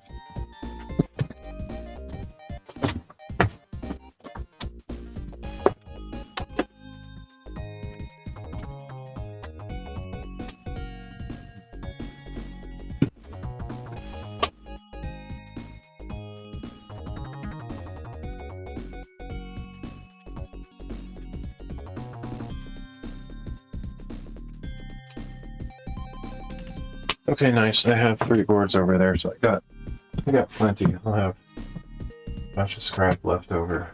That's good. Basically, I remember now, I kind of forgot, but I actually bought a whole board as if it was going to cover this, and then knowing I would have to cut the window out. Technically, I could do this all in one piece, like just take the whole board and cut the window hole out of it, but I don't think it's worth the effort, the difficulty that would present. It's just going to be easier to cut each separate piece, put them in there. I'll just do it that way.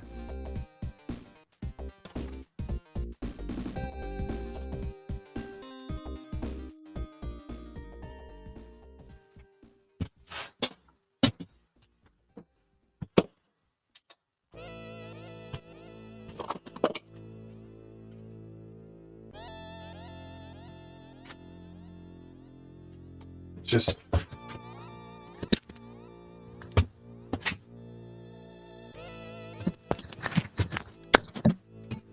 it's kind of unfortunate that this piece isn't quite wide enough. If it came over to here, that would be ideal.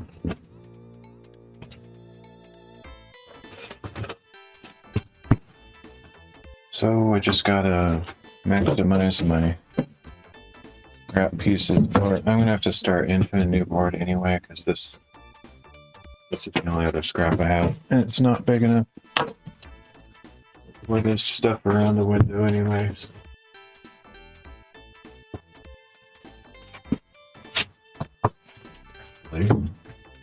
That's kind of amazing.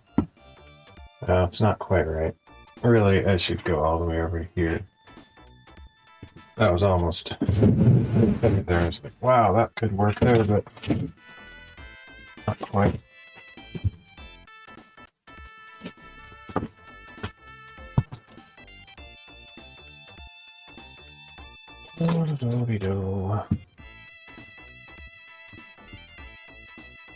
Let's see if I have enough. So if I cut 7 inches off of this for the bottom over there, let's see how much I have left. Might be enough to cover this spot up here.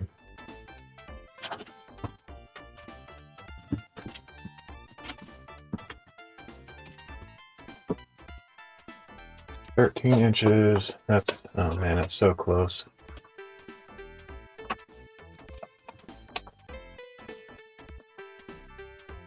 I think technically it's enough because I should leave a 1/4 inch gap on the top, which pushes it down. Because I need like, it's like just over 6 1/4, so I think I could make that work. I don't even know for sure that 7 inches is going to be what I need over there anyway, so. But I think that'll work. I'll just cut this exactly what it needs to be, and then if there's enough left over for that other spot, fine. If not, no big deal.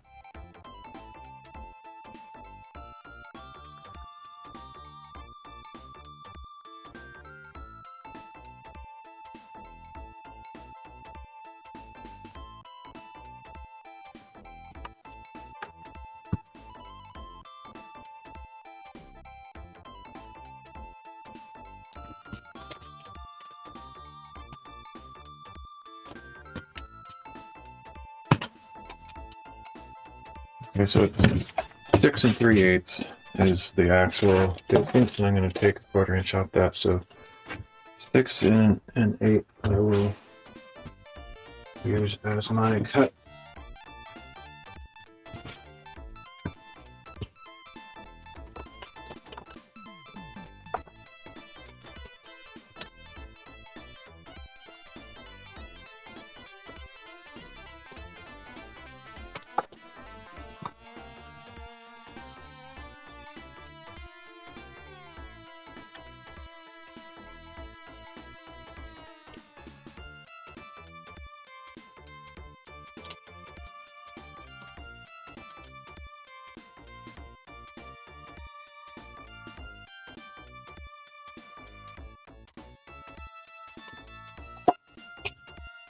All right. Least favorite thing is trying to cut this stuff, but I gotta do it.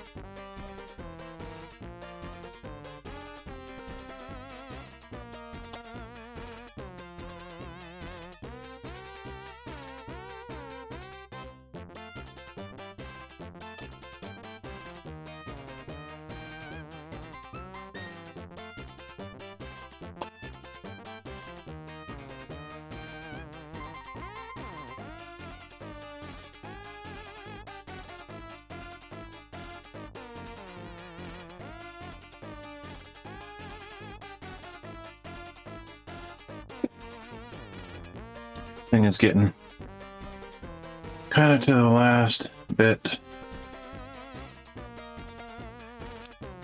I suppose they make replacement blades for these, but I don't know if there's much point. Buy a replacement blade when the whole thing is pretty cheap. But I imagine you can buy these things. Of course, probably every manufacturer has a slightly different one, so good luck trying to find the right one, I guess.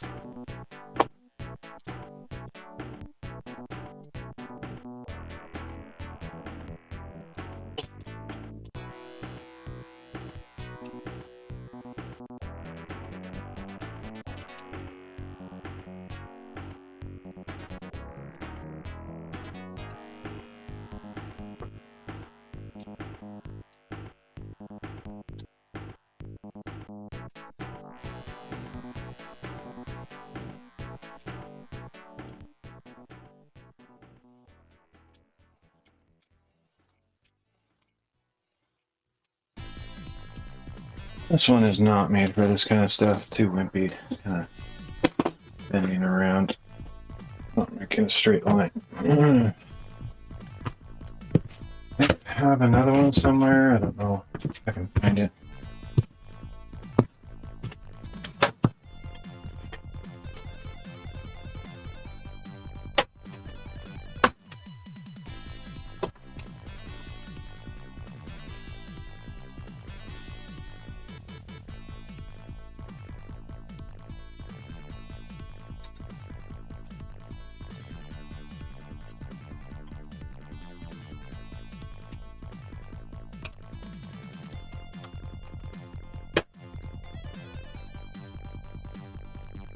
They're so cheap as it is, I don't even think it would be any cheaper to find refills, probably.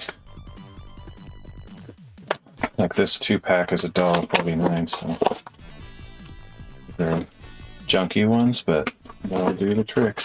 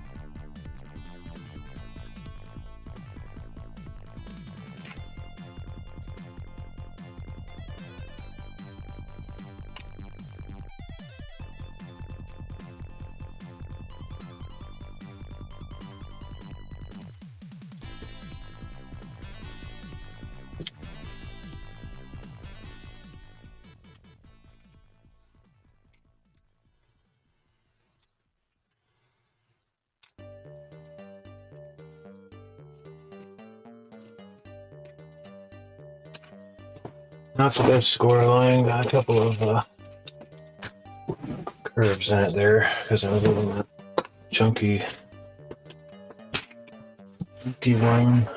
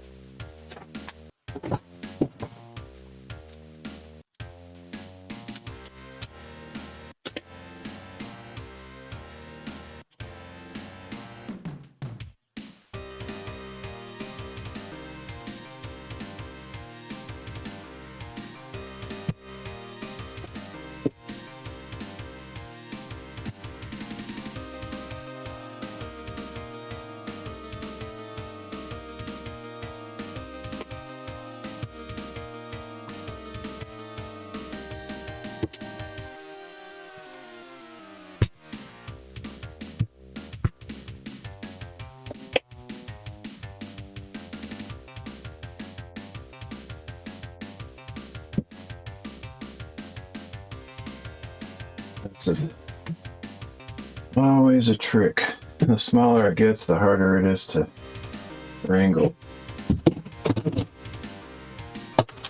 Sometimes. It's crazy how easily this stuff breaks.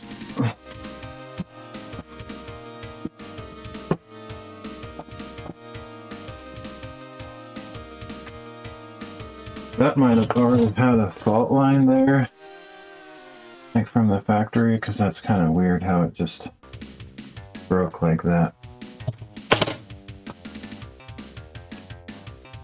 But it is easy to happen.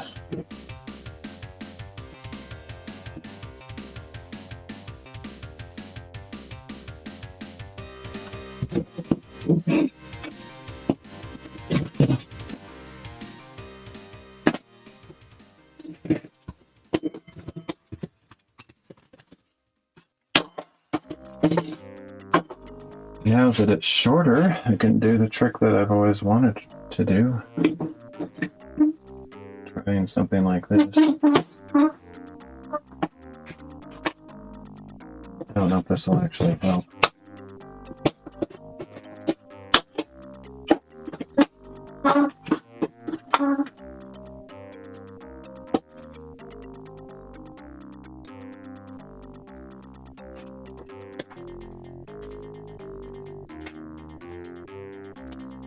This has no leverage because it's such a small piece.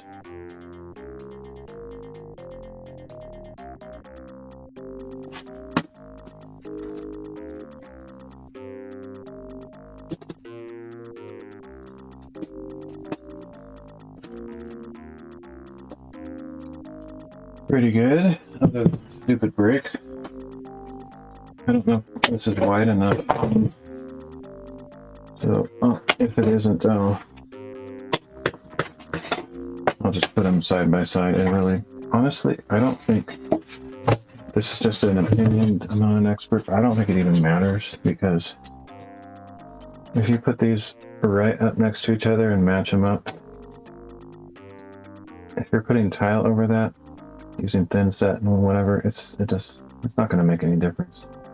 Even in a shower situation, if you, as long as you put enough like red guard or whatever the other kind of waterproof membrane is, Hardie or whatever, as long as you do that, it's not going to make it any difference at all. Just treat it like another seam between boards. It just has a weird shape.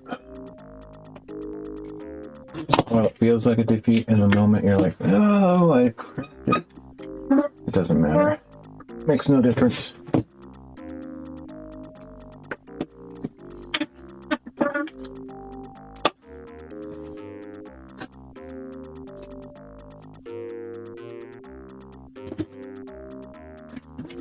I compared it earlier.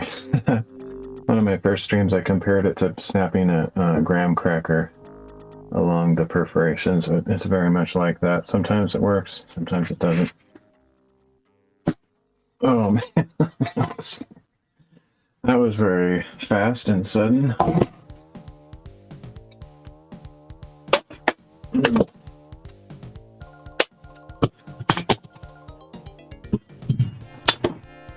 All right, not too bad.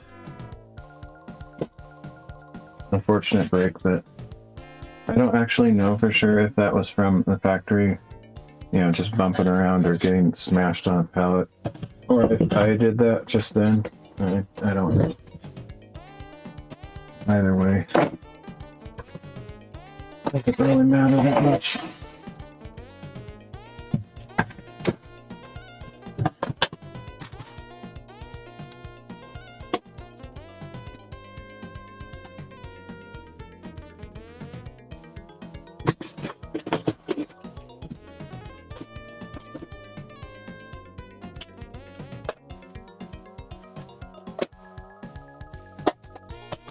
Okay, the only thing that kind of matters about that is, like, let's say this break is like right on the end of where I need to cut it, then that little piece would be very weak. So hopefully that's not the case, but it very well could be. Ideally, the cut would be somewhere over here where it's not so close to this break. But in order to compensate for that, you could make the cut out farther and then cut off a piece over here, which is what I will do if it's like, it just happens to be like right here somewhere.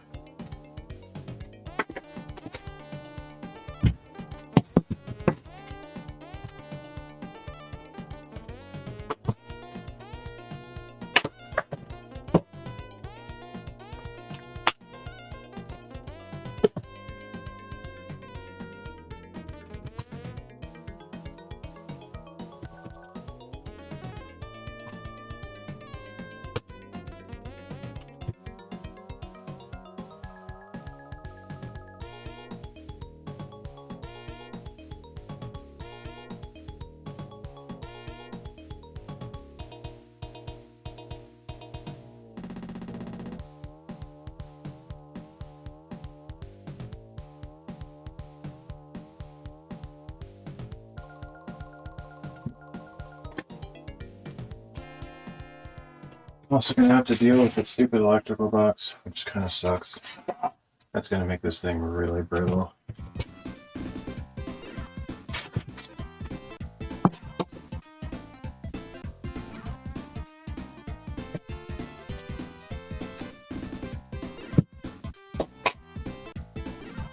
About here. How you doing?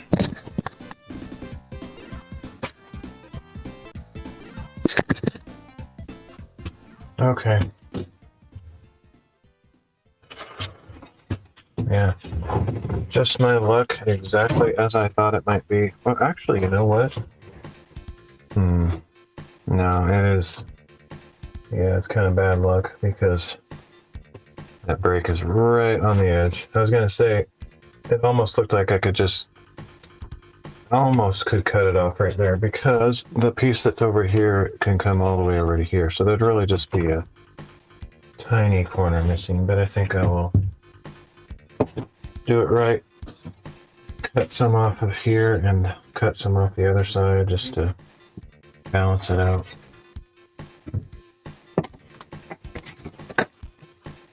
Oh, never mind. I forgot I was going up here. Okay, never mind. That's not for there, it's for the top.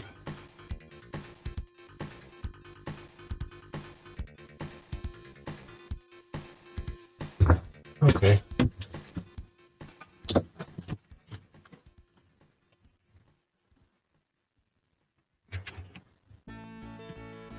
So I think what I'll do is I'll use the short piece and then just cut it that way.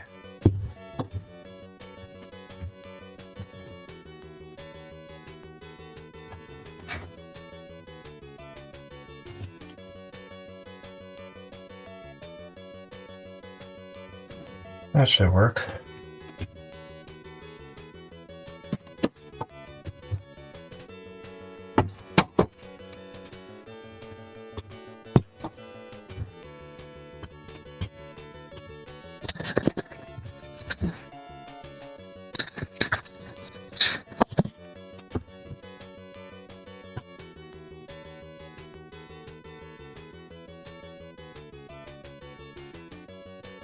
Just do it one piece at a time. Keep it simple.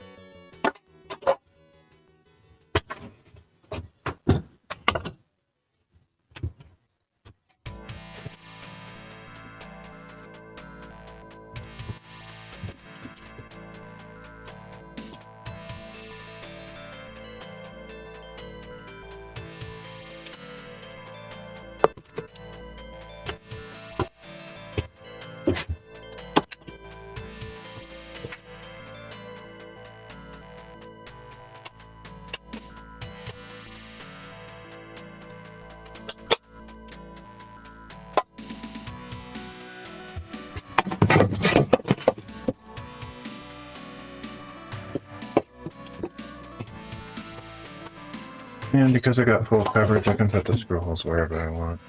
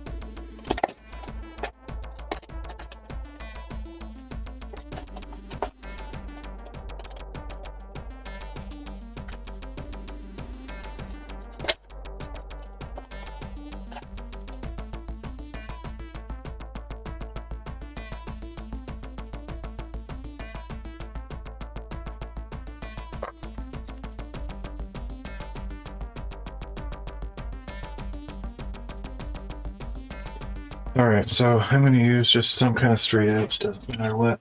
Got a tile here, works good. Just going to use that as a guide on the bottom so I know where I want to place it. Put it on the bottom of the window. So that in theory, when I put the window part on, it should match up with that.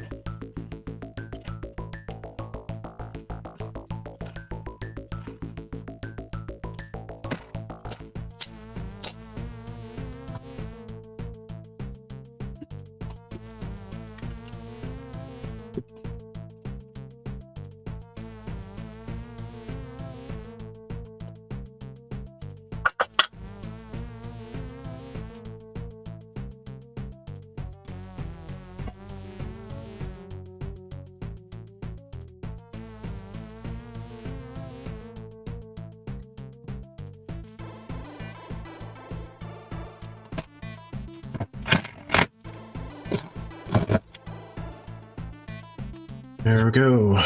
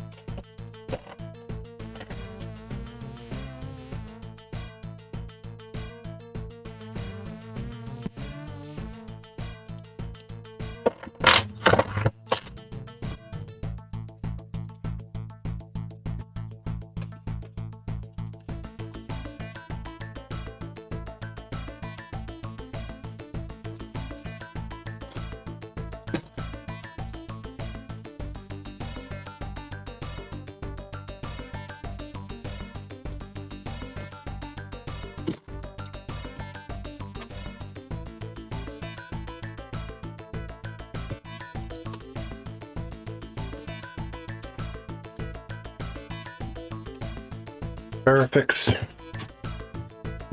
Okay, now I gotta figure out how much to cut off over here. Be a little tricky. I probably should have measured it before I did this. We'll just figure it out. Let's see.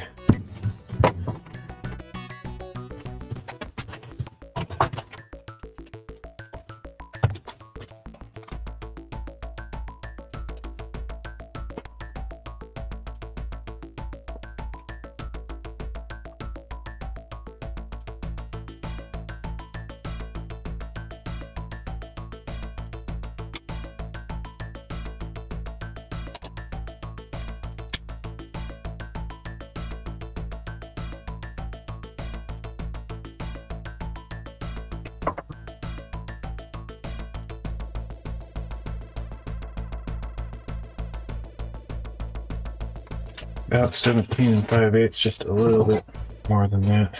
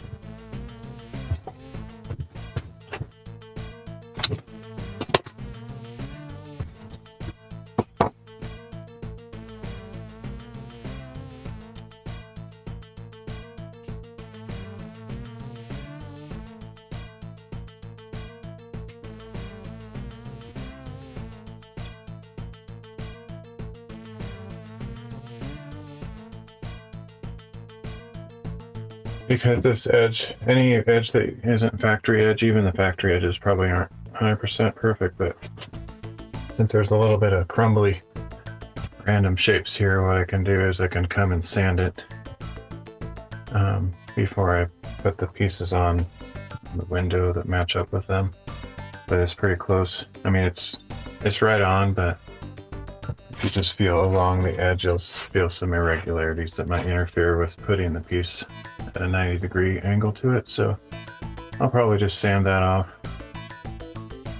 when I'm ready to put the window stuff on. I think it's gonna work just fine.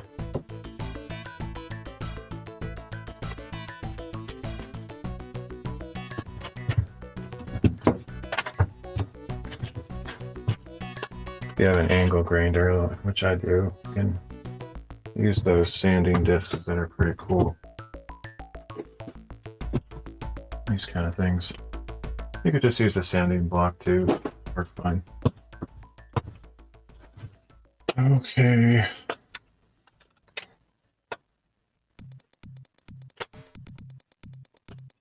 Pretty much every tool has a sanding variant. You could use a Dremel with a sanding disc on it, or any kind of disc really. You could use, I have one of those, I don't know what it's called. It's like a tool that vibrates really fast. Use it for like cutting in between tiles and stuff. I have sanding discs for that. I mean, you can use so many different kinds of tools. You could even use a drill. I have these kind of things. Put this in a drill and sand it that way. 100 different ways to do the same thing.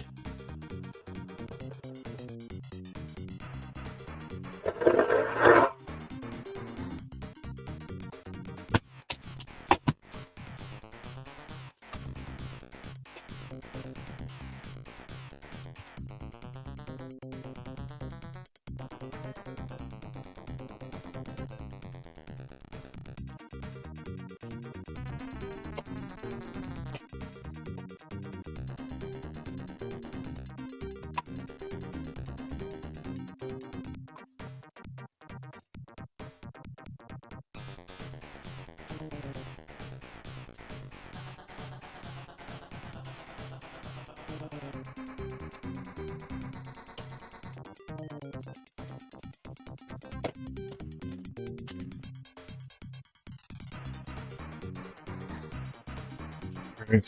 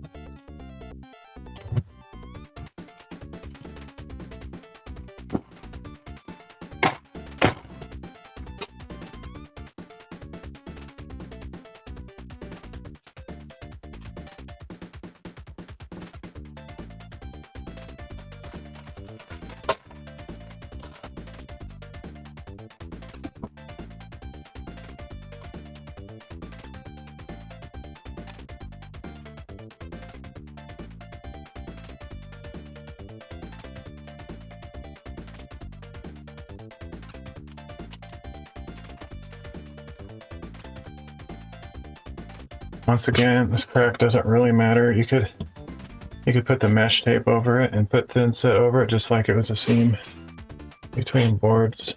I feel like it makes no difference. I don't know. Can't think of any scientific or any reason why it would matter at all.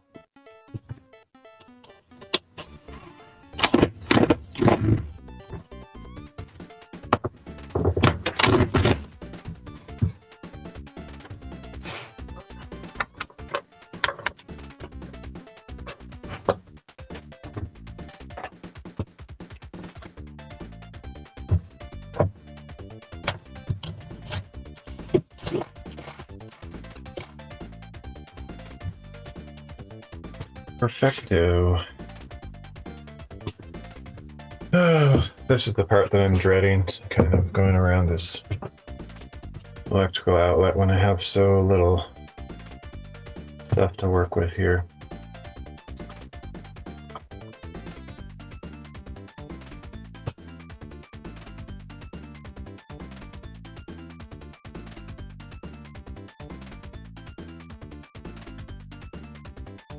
Might end up just putting a piece of scrap right there. Just doing a board here, and then just cut a piece off of something like that.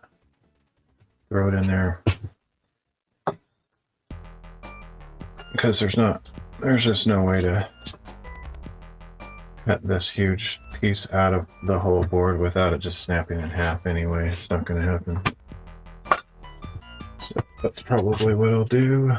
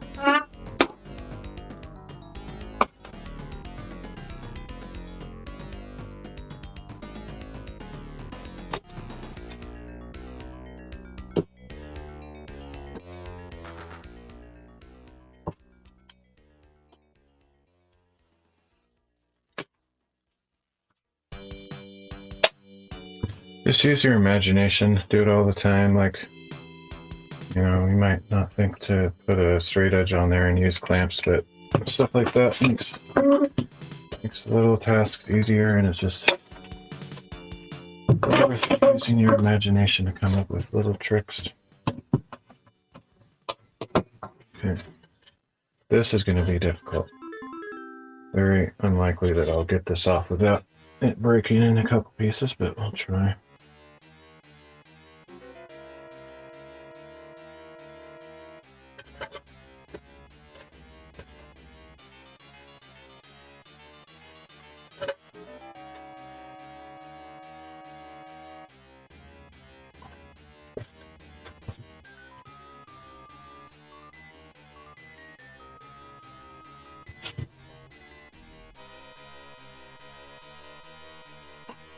I can use pliers, but that'll guarantee break it in a million pieces.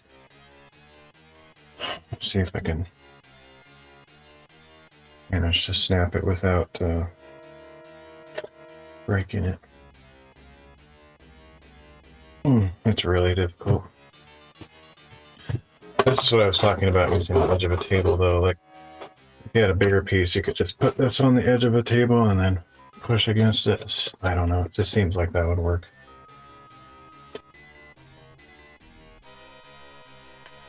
I don't know. All out of tricks this time. We're gonna try something. This is a trick, I guess, but this is pretty crazy.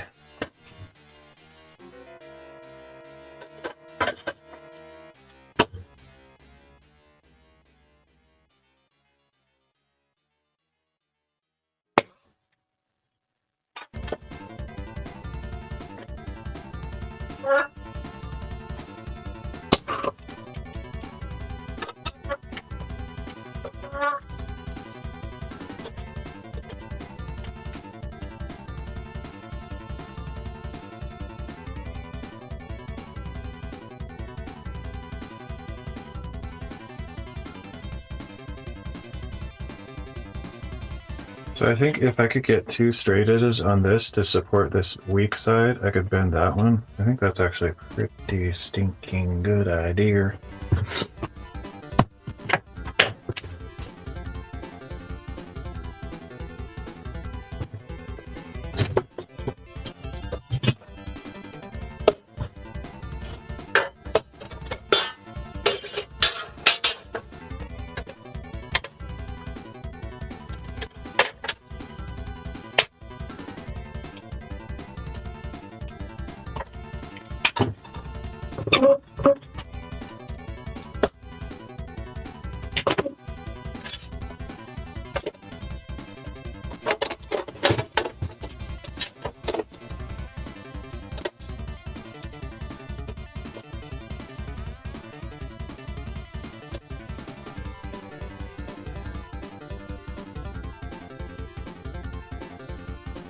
a lot of trouble to try to save one little piece, but it's just kind of fun.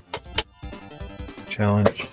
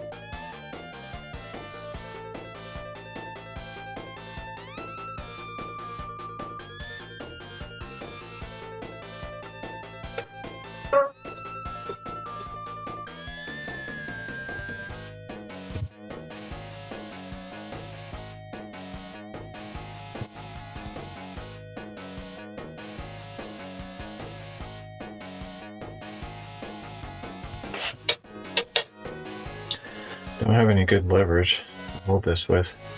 I was trying to think, like, how could I clamp this to something else? I think I could probably do that. Because why not, right?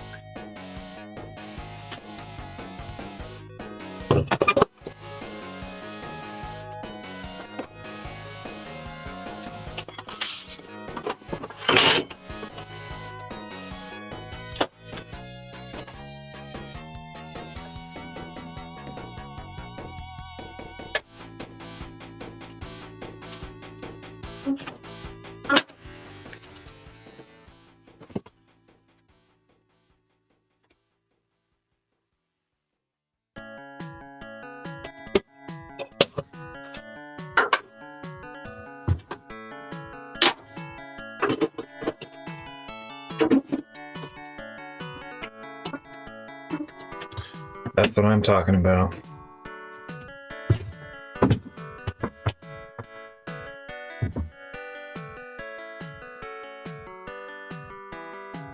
Over engineering at its finest. Okay, that's all clamped in. Tighten it up. Now I should just be able to walk this back and forth, theoretically.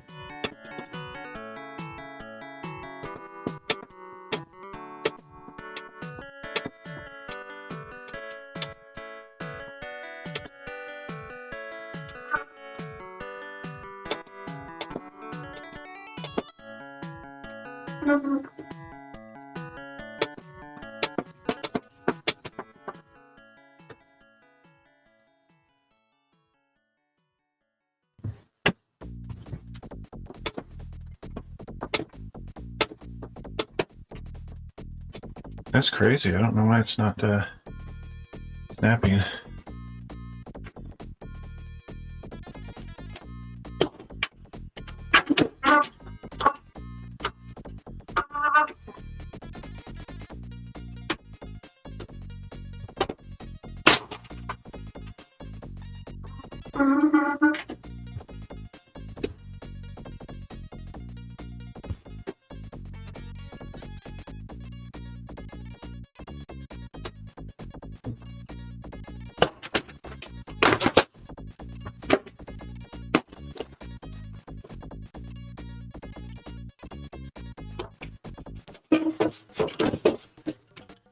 What is in my way over there? Nothing.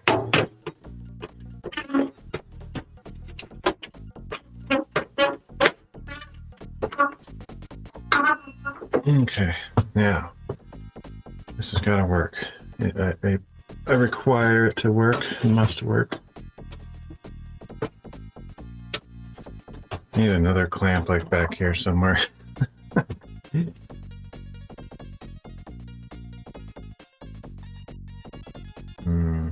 Okay, so I need more rigidity. Let's make this, we're gonna make this happen. This is gonna be meme of the day.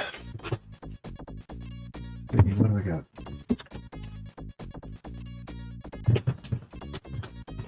Something with a little bit more rigidity, I think. Okay, I don't care how long this takes. We're gonna make it happen.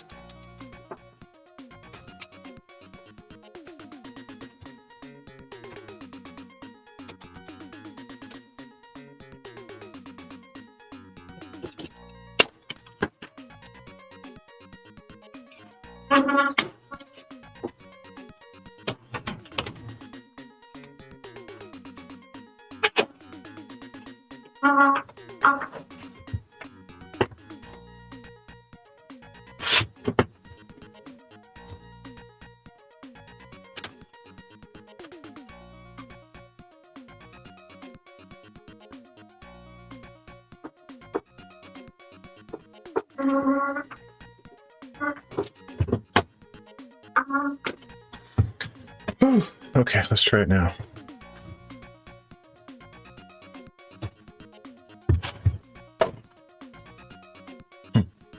Still not strong enough, really. These, I think it's the weakness of these clamps aren't really that strong.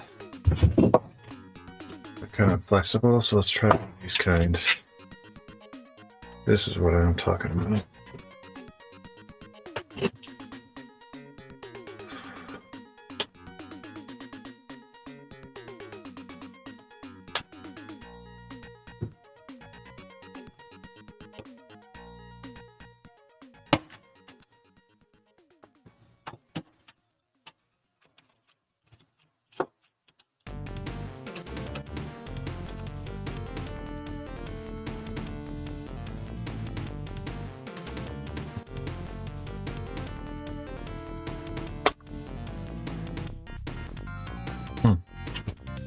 Okay, step it up.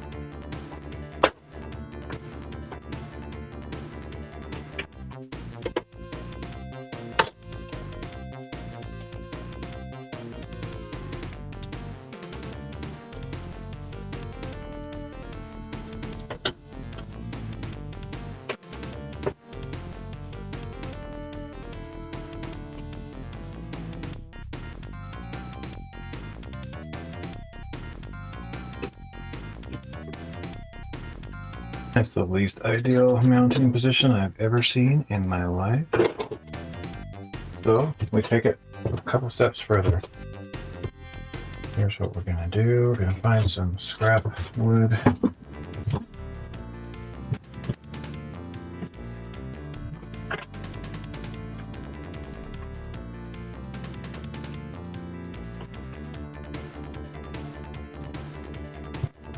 I kind of hate these kind of clamps too, so that one I kind of want to throw it in the trash.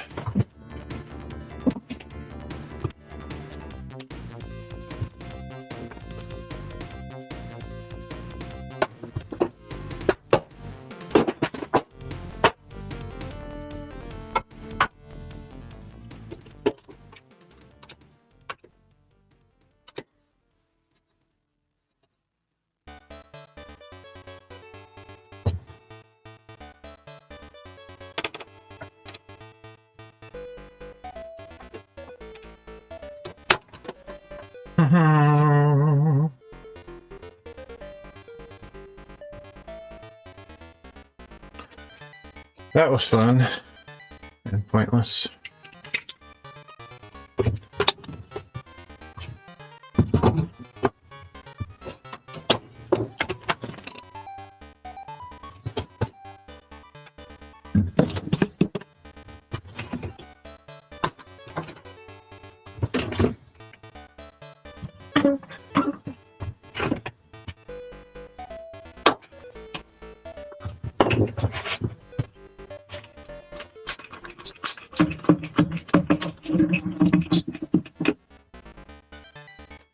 Let's see if it was preserved. But yep, all one piece, no breaks. Pretty satisfying. I'll probably end up dropping it. After all that, I'll drop it on the floor and it'll shatter into 16.7 million colors. All right.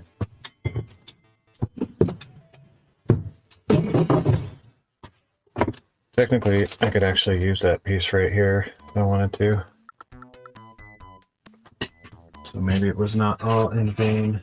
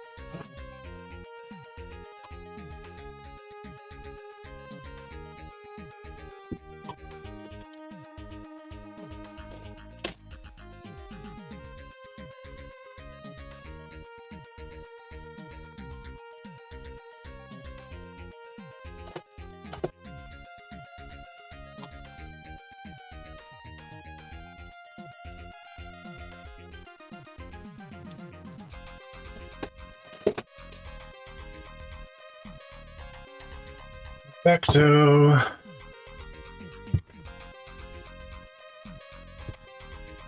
I'll just sand the top of this off once I'm ready to put something up there. Let's see, what else do we got?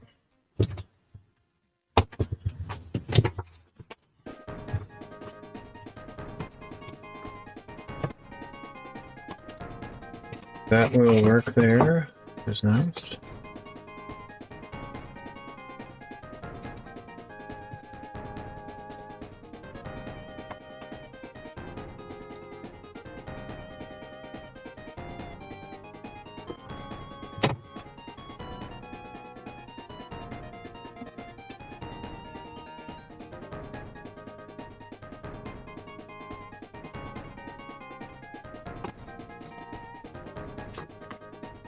I'm not going to bother. I'm not going to bother with all that crazy contraption on there to cut this piece off. I'll just use pliers. I just thought that was a fun challenge, just to see if I could possibly avoid having that break. But I'm not going to do it this time. Not worth the time it takes.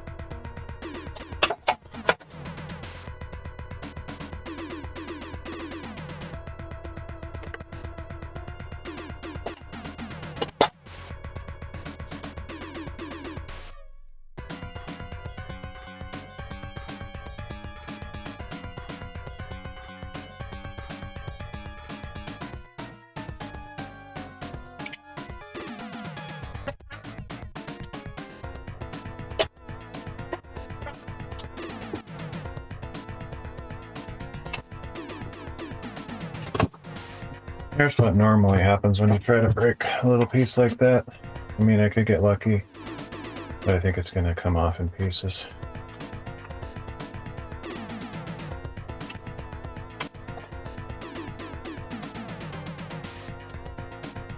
Okay, came off in one piece, but that edge is trash even though I scored both sides.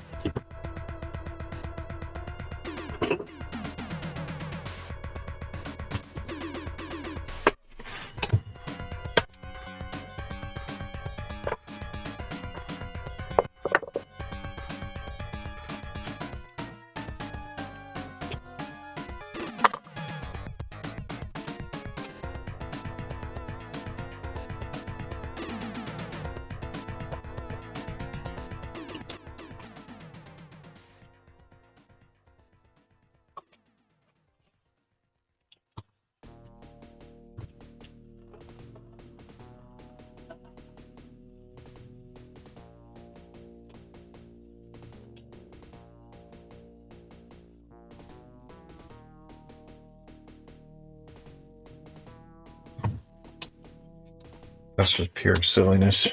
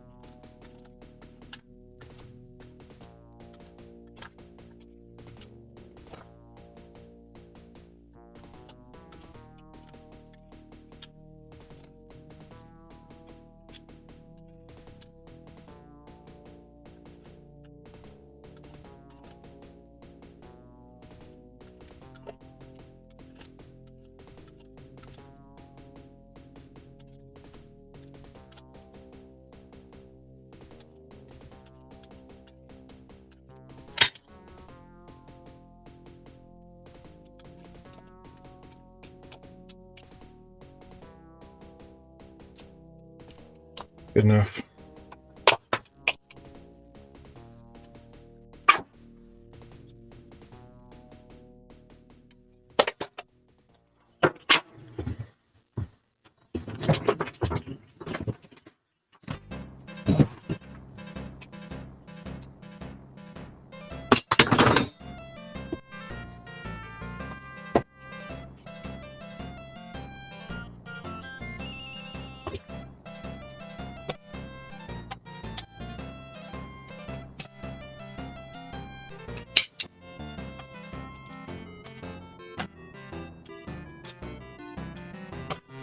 Wow, that foam stuff is insanely sticky.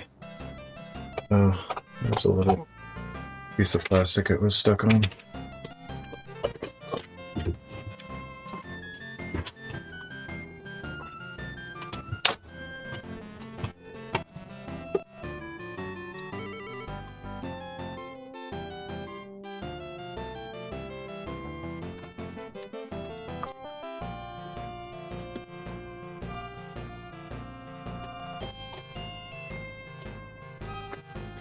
Zero chance of getting this one off without breaking.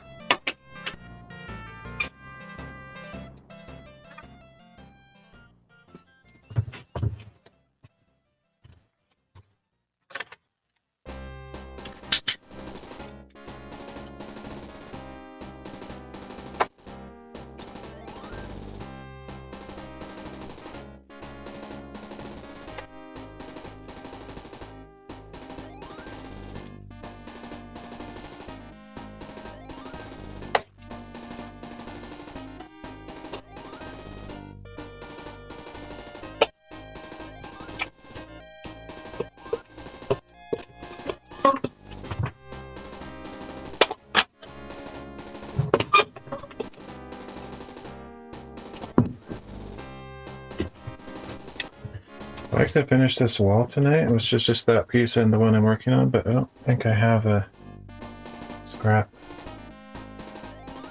that's that right size, sadly. I might actually just leave that for another day because I'd have to cut into a whole new board, which I don't know. I'm gonna have to do it eventually anyway, but I'm not losing my energy for tonight, I think.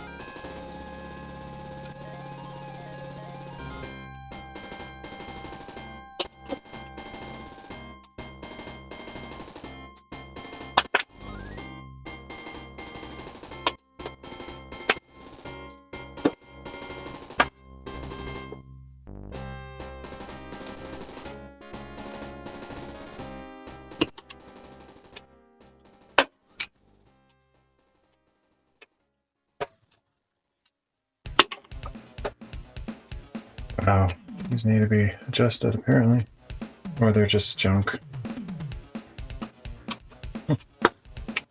Terrible.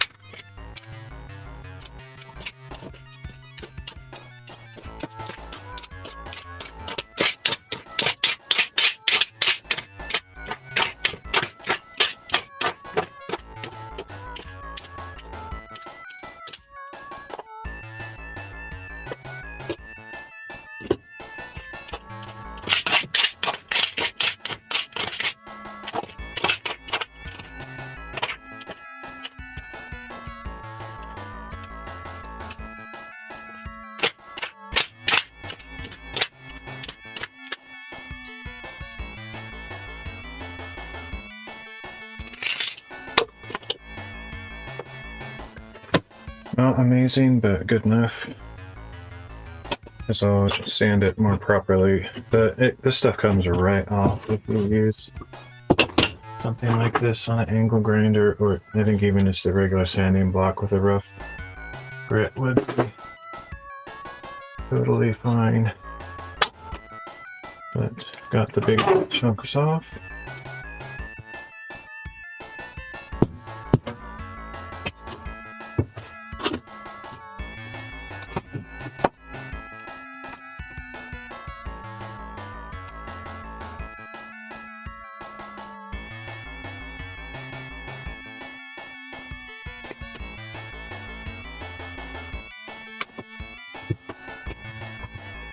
I'll probably finish with this one once I get this one there.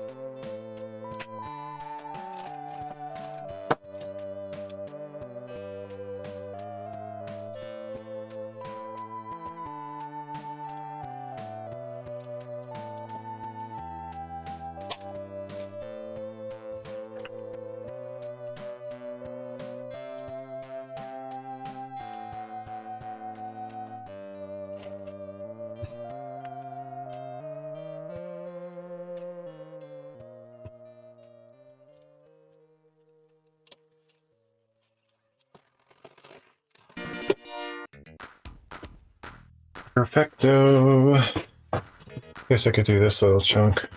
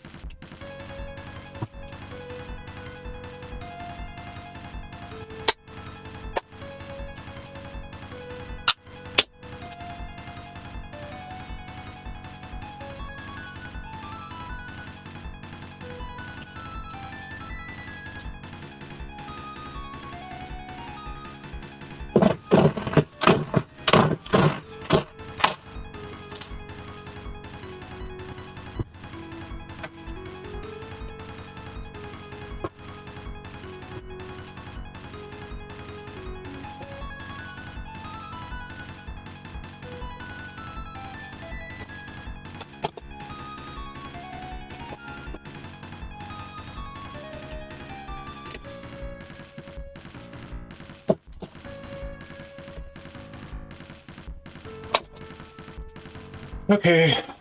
I think I'm done for today. I don't want to cut this one right now, because I have to cut it from a new board. I don't feel like it. But largely got this whole wall done, which arguably was close to being done last stream, but I forgot about the insulation. So we got the boards off, put the insulation on, put the boards back on, cut the bottom piece, got that all figured out. All these pieces, that piece, that broke in half, but it doesn't matter. And I cut the bottom for this piece, or this side also. Quite a bit. Decent amount of progress. Nice that this whole wall is done now. Just have to get this one more piece here. And then this whole wall will be done. And then I have to start on that wall. That wall's going to take a while because, oh, let's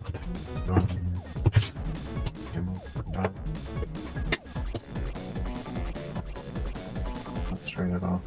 I don't want to turn like that. Anyway, goofy stuff. I don't know. Anyway, that wall's going to take a while because I got to cut all the blocking and everything, and I have to cut that special stud, take the insulation out. Same thing I did on this side. Basically a mirror of this. I think it has an electrical outlet over there somewhere. I'll have to cut out. Probably in the same position as this, just over there, pretty much. Yeah, so that'll take a while.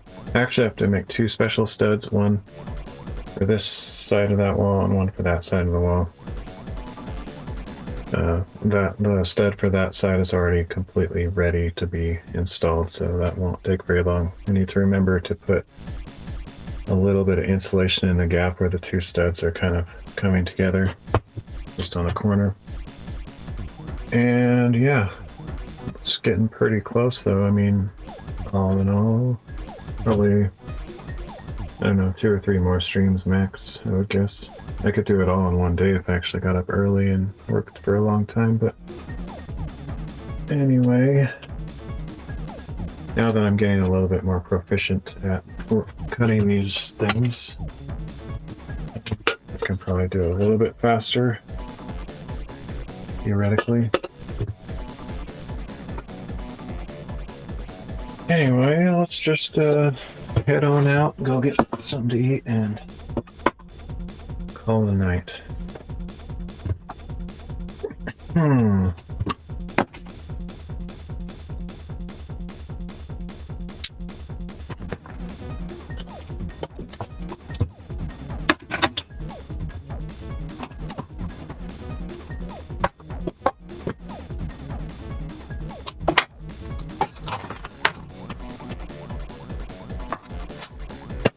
Whoa!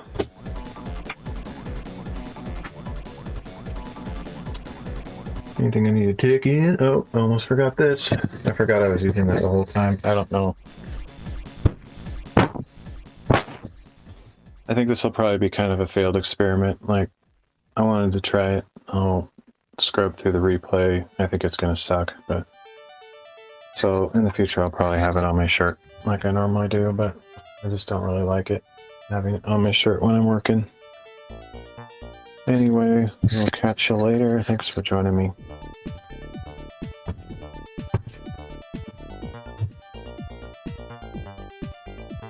There's the wall I need to do.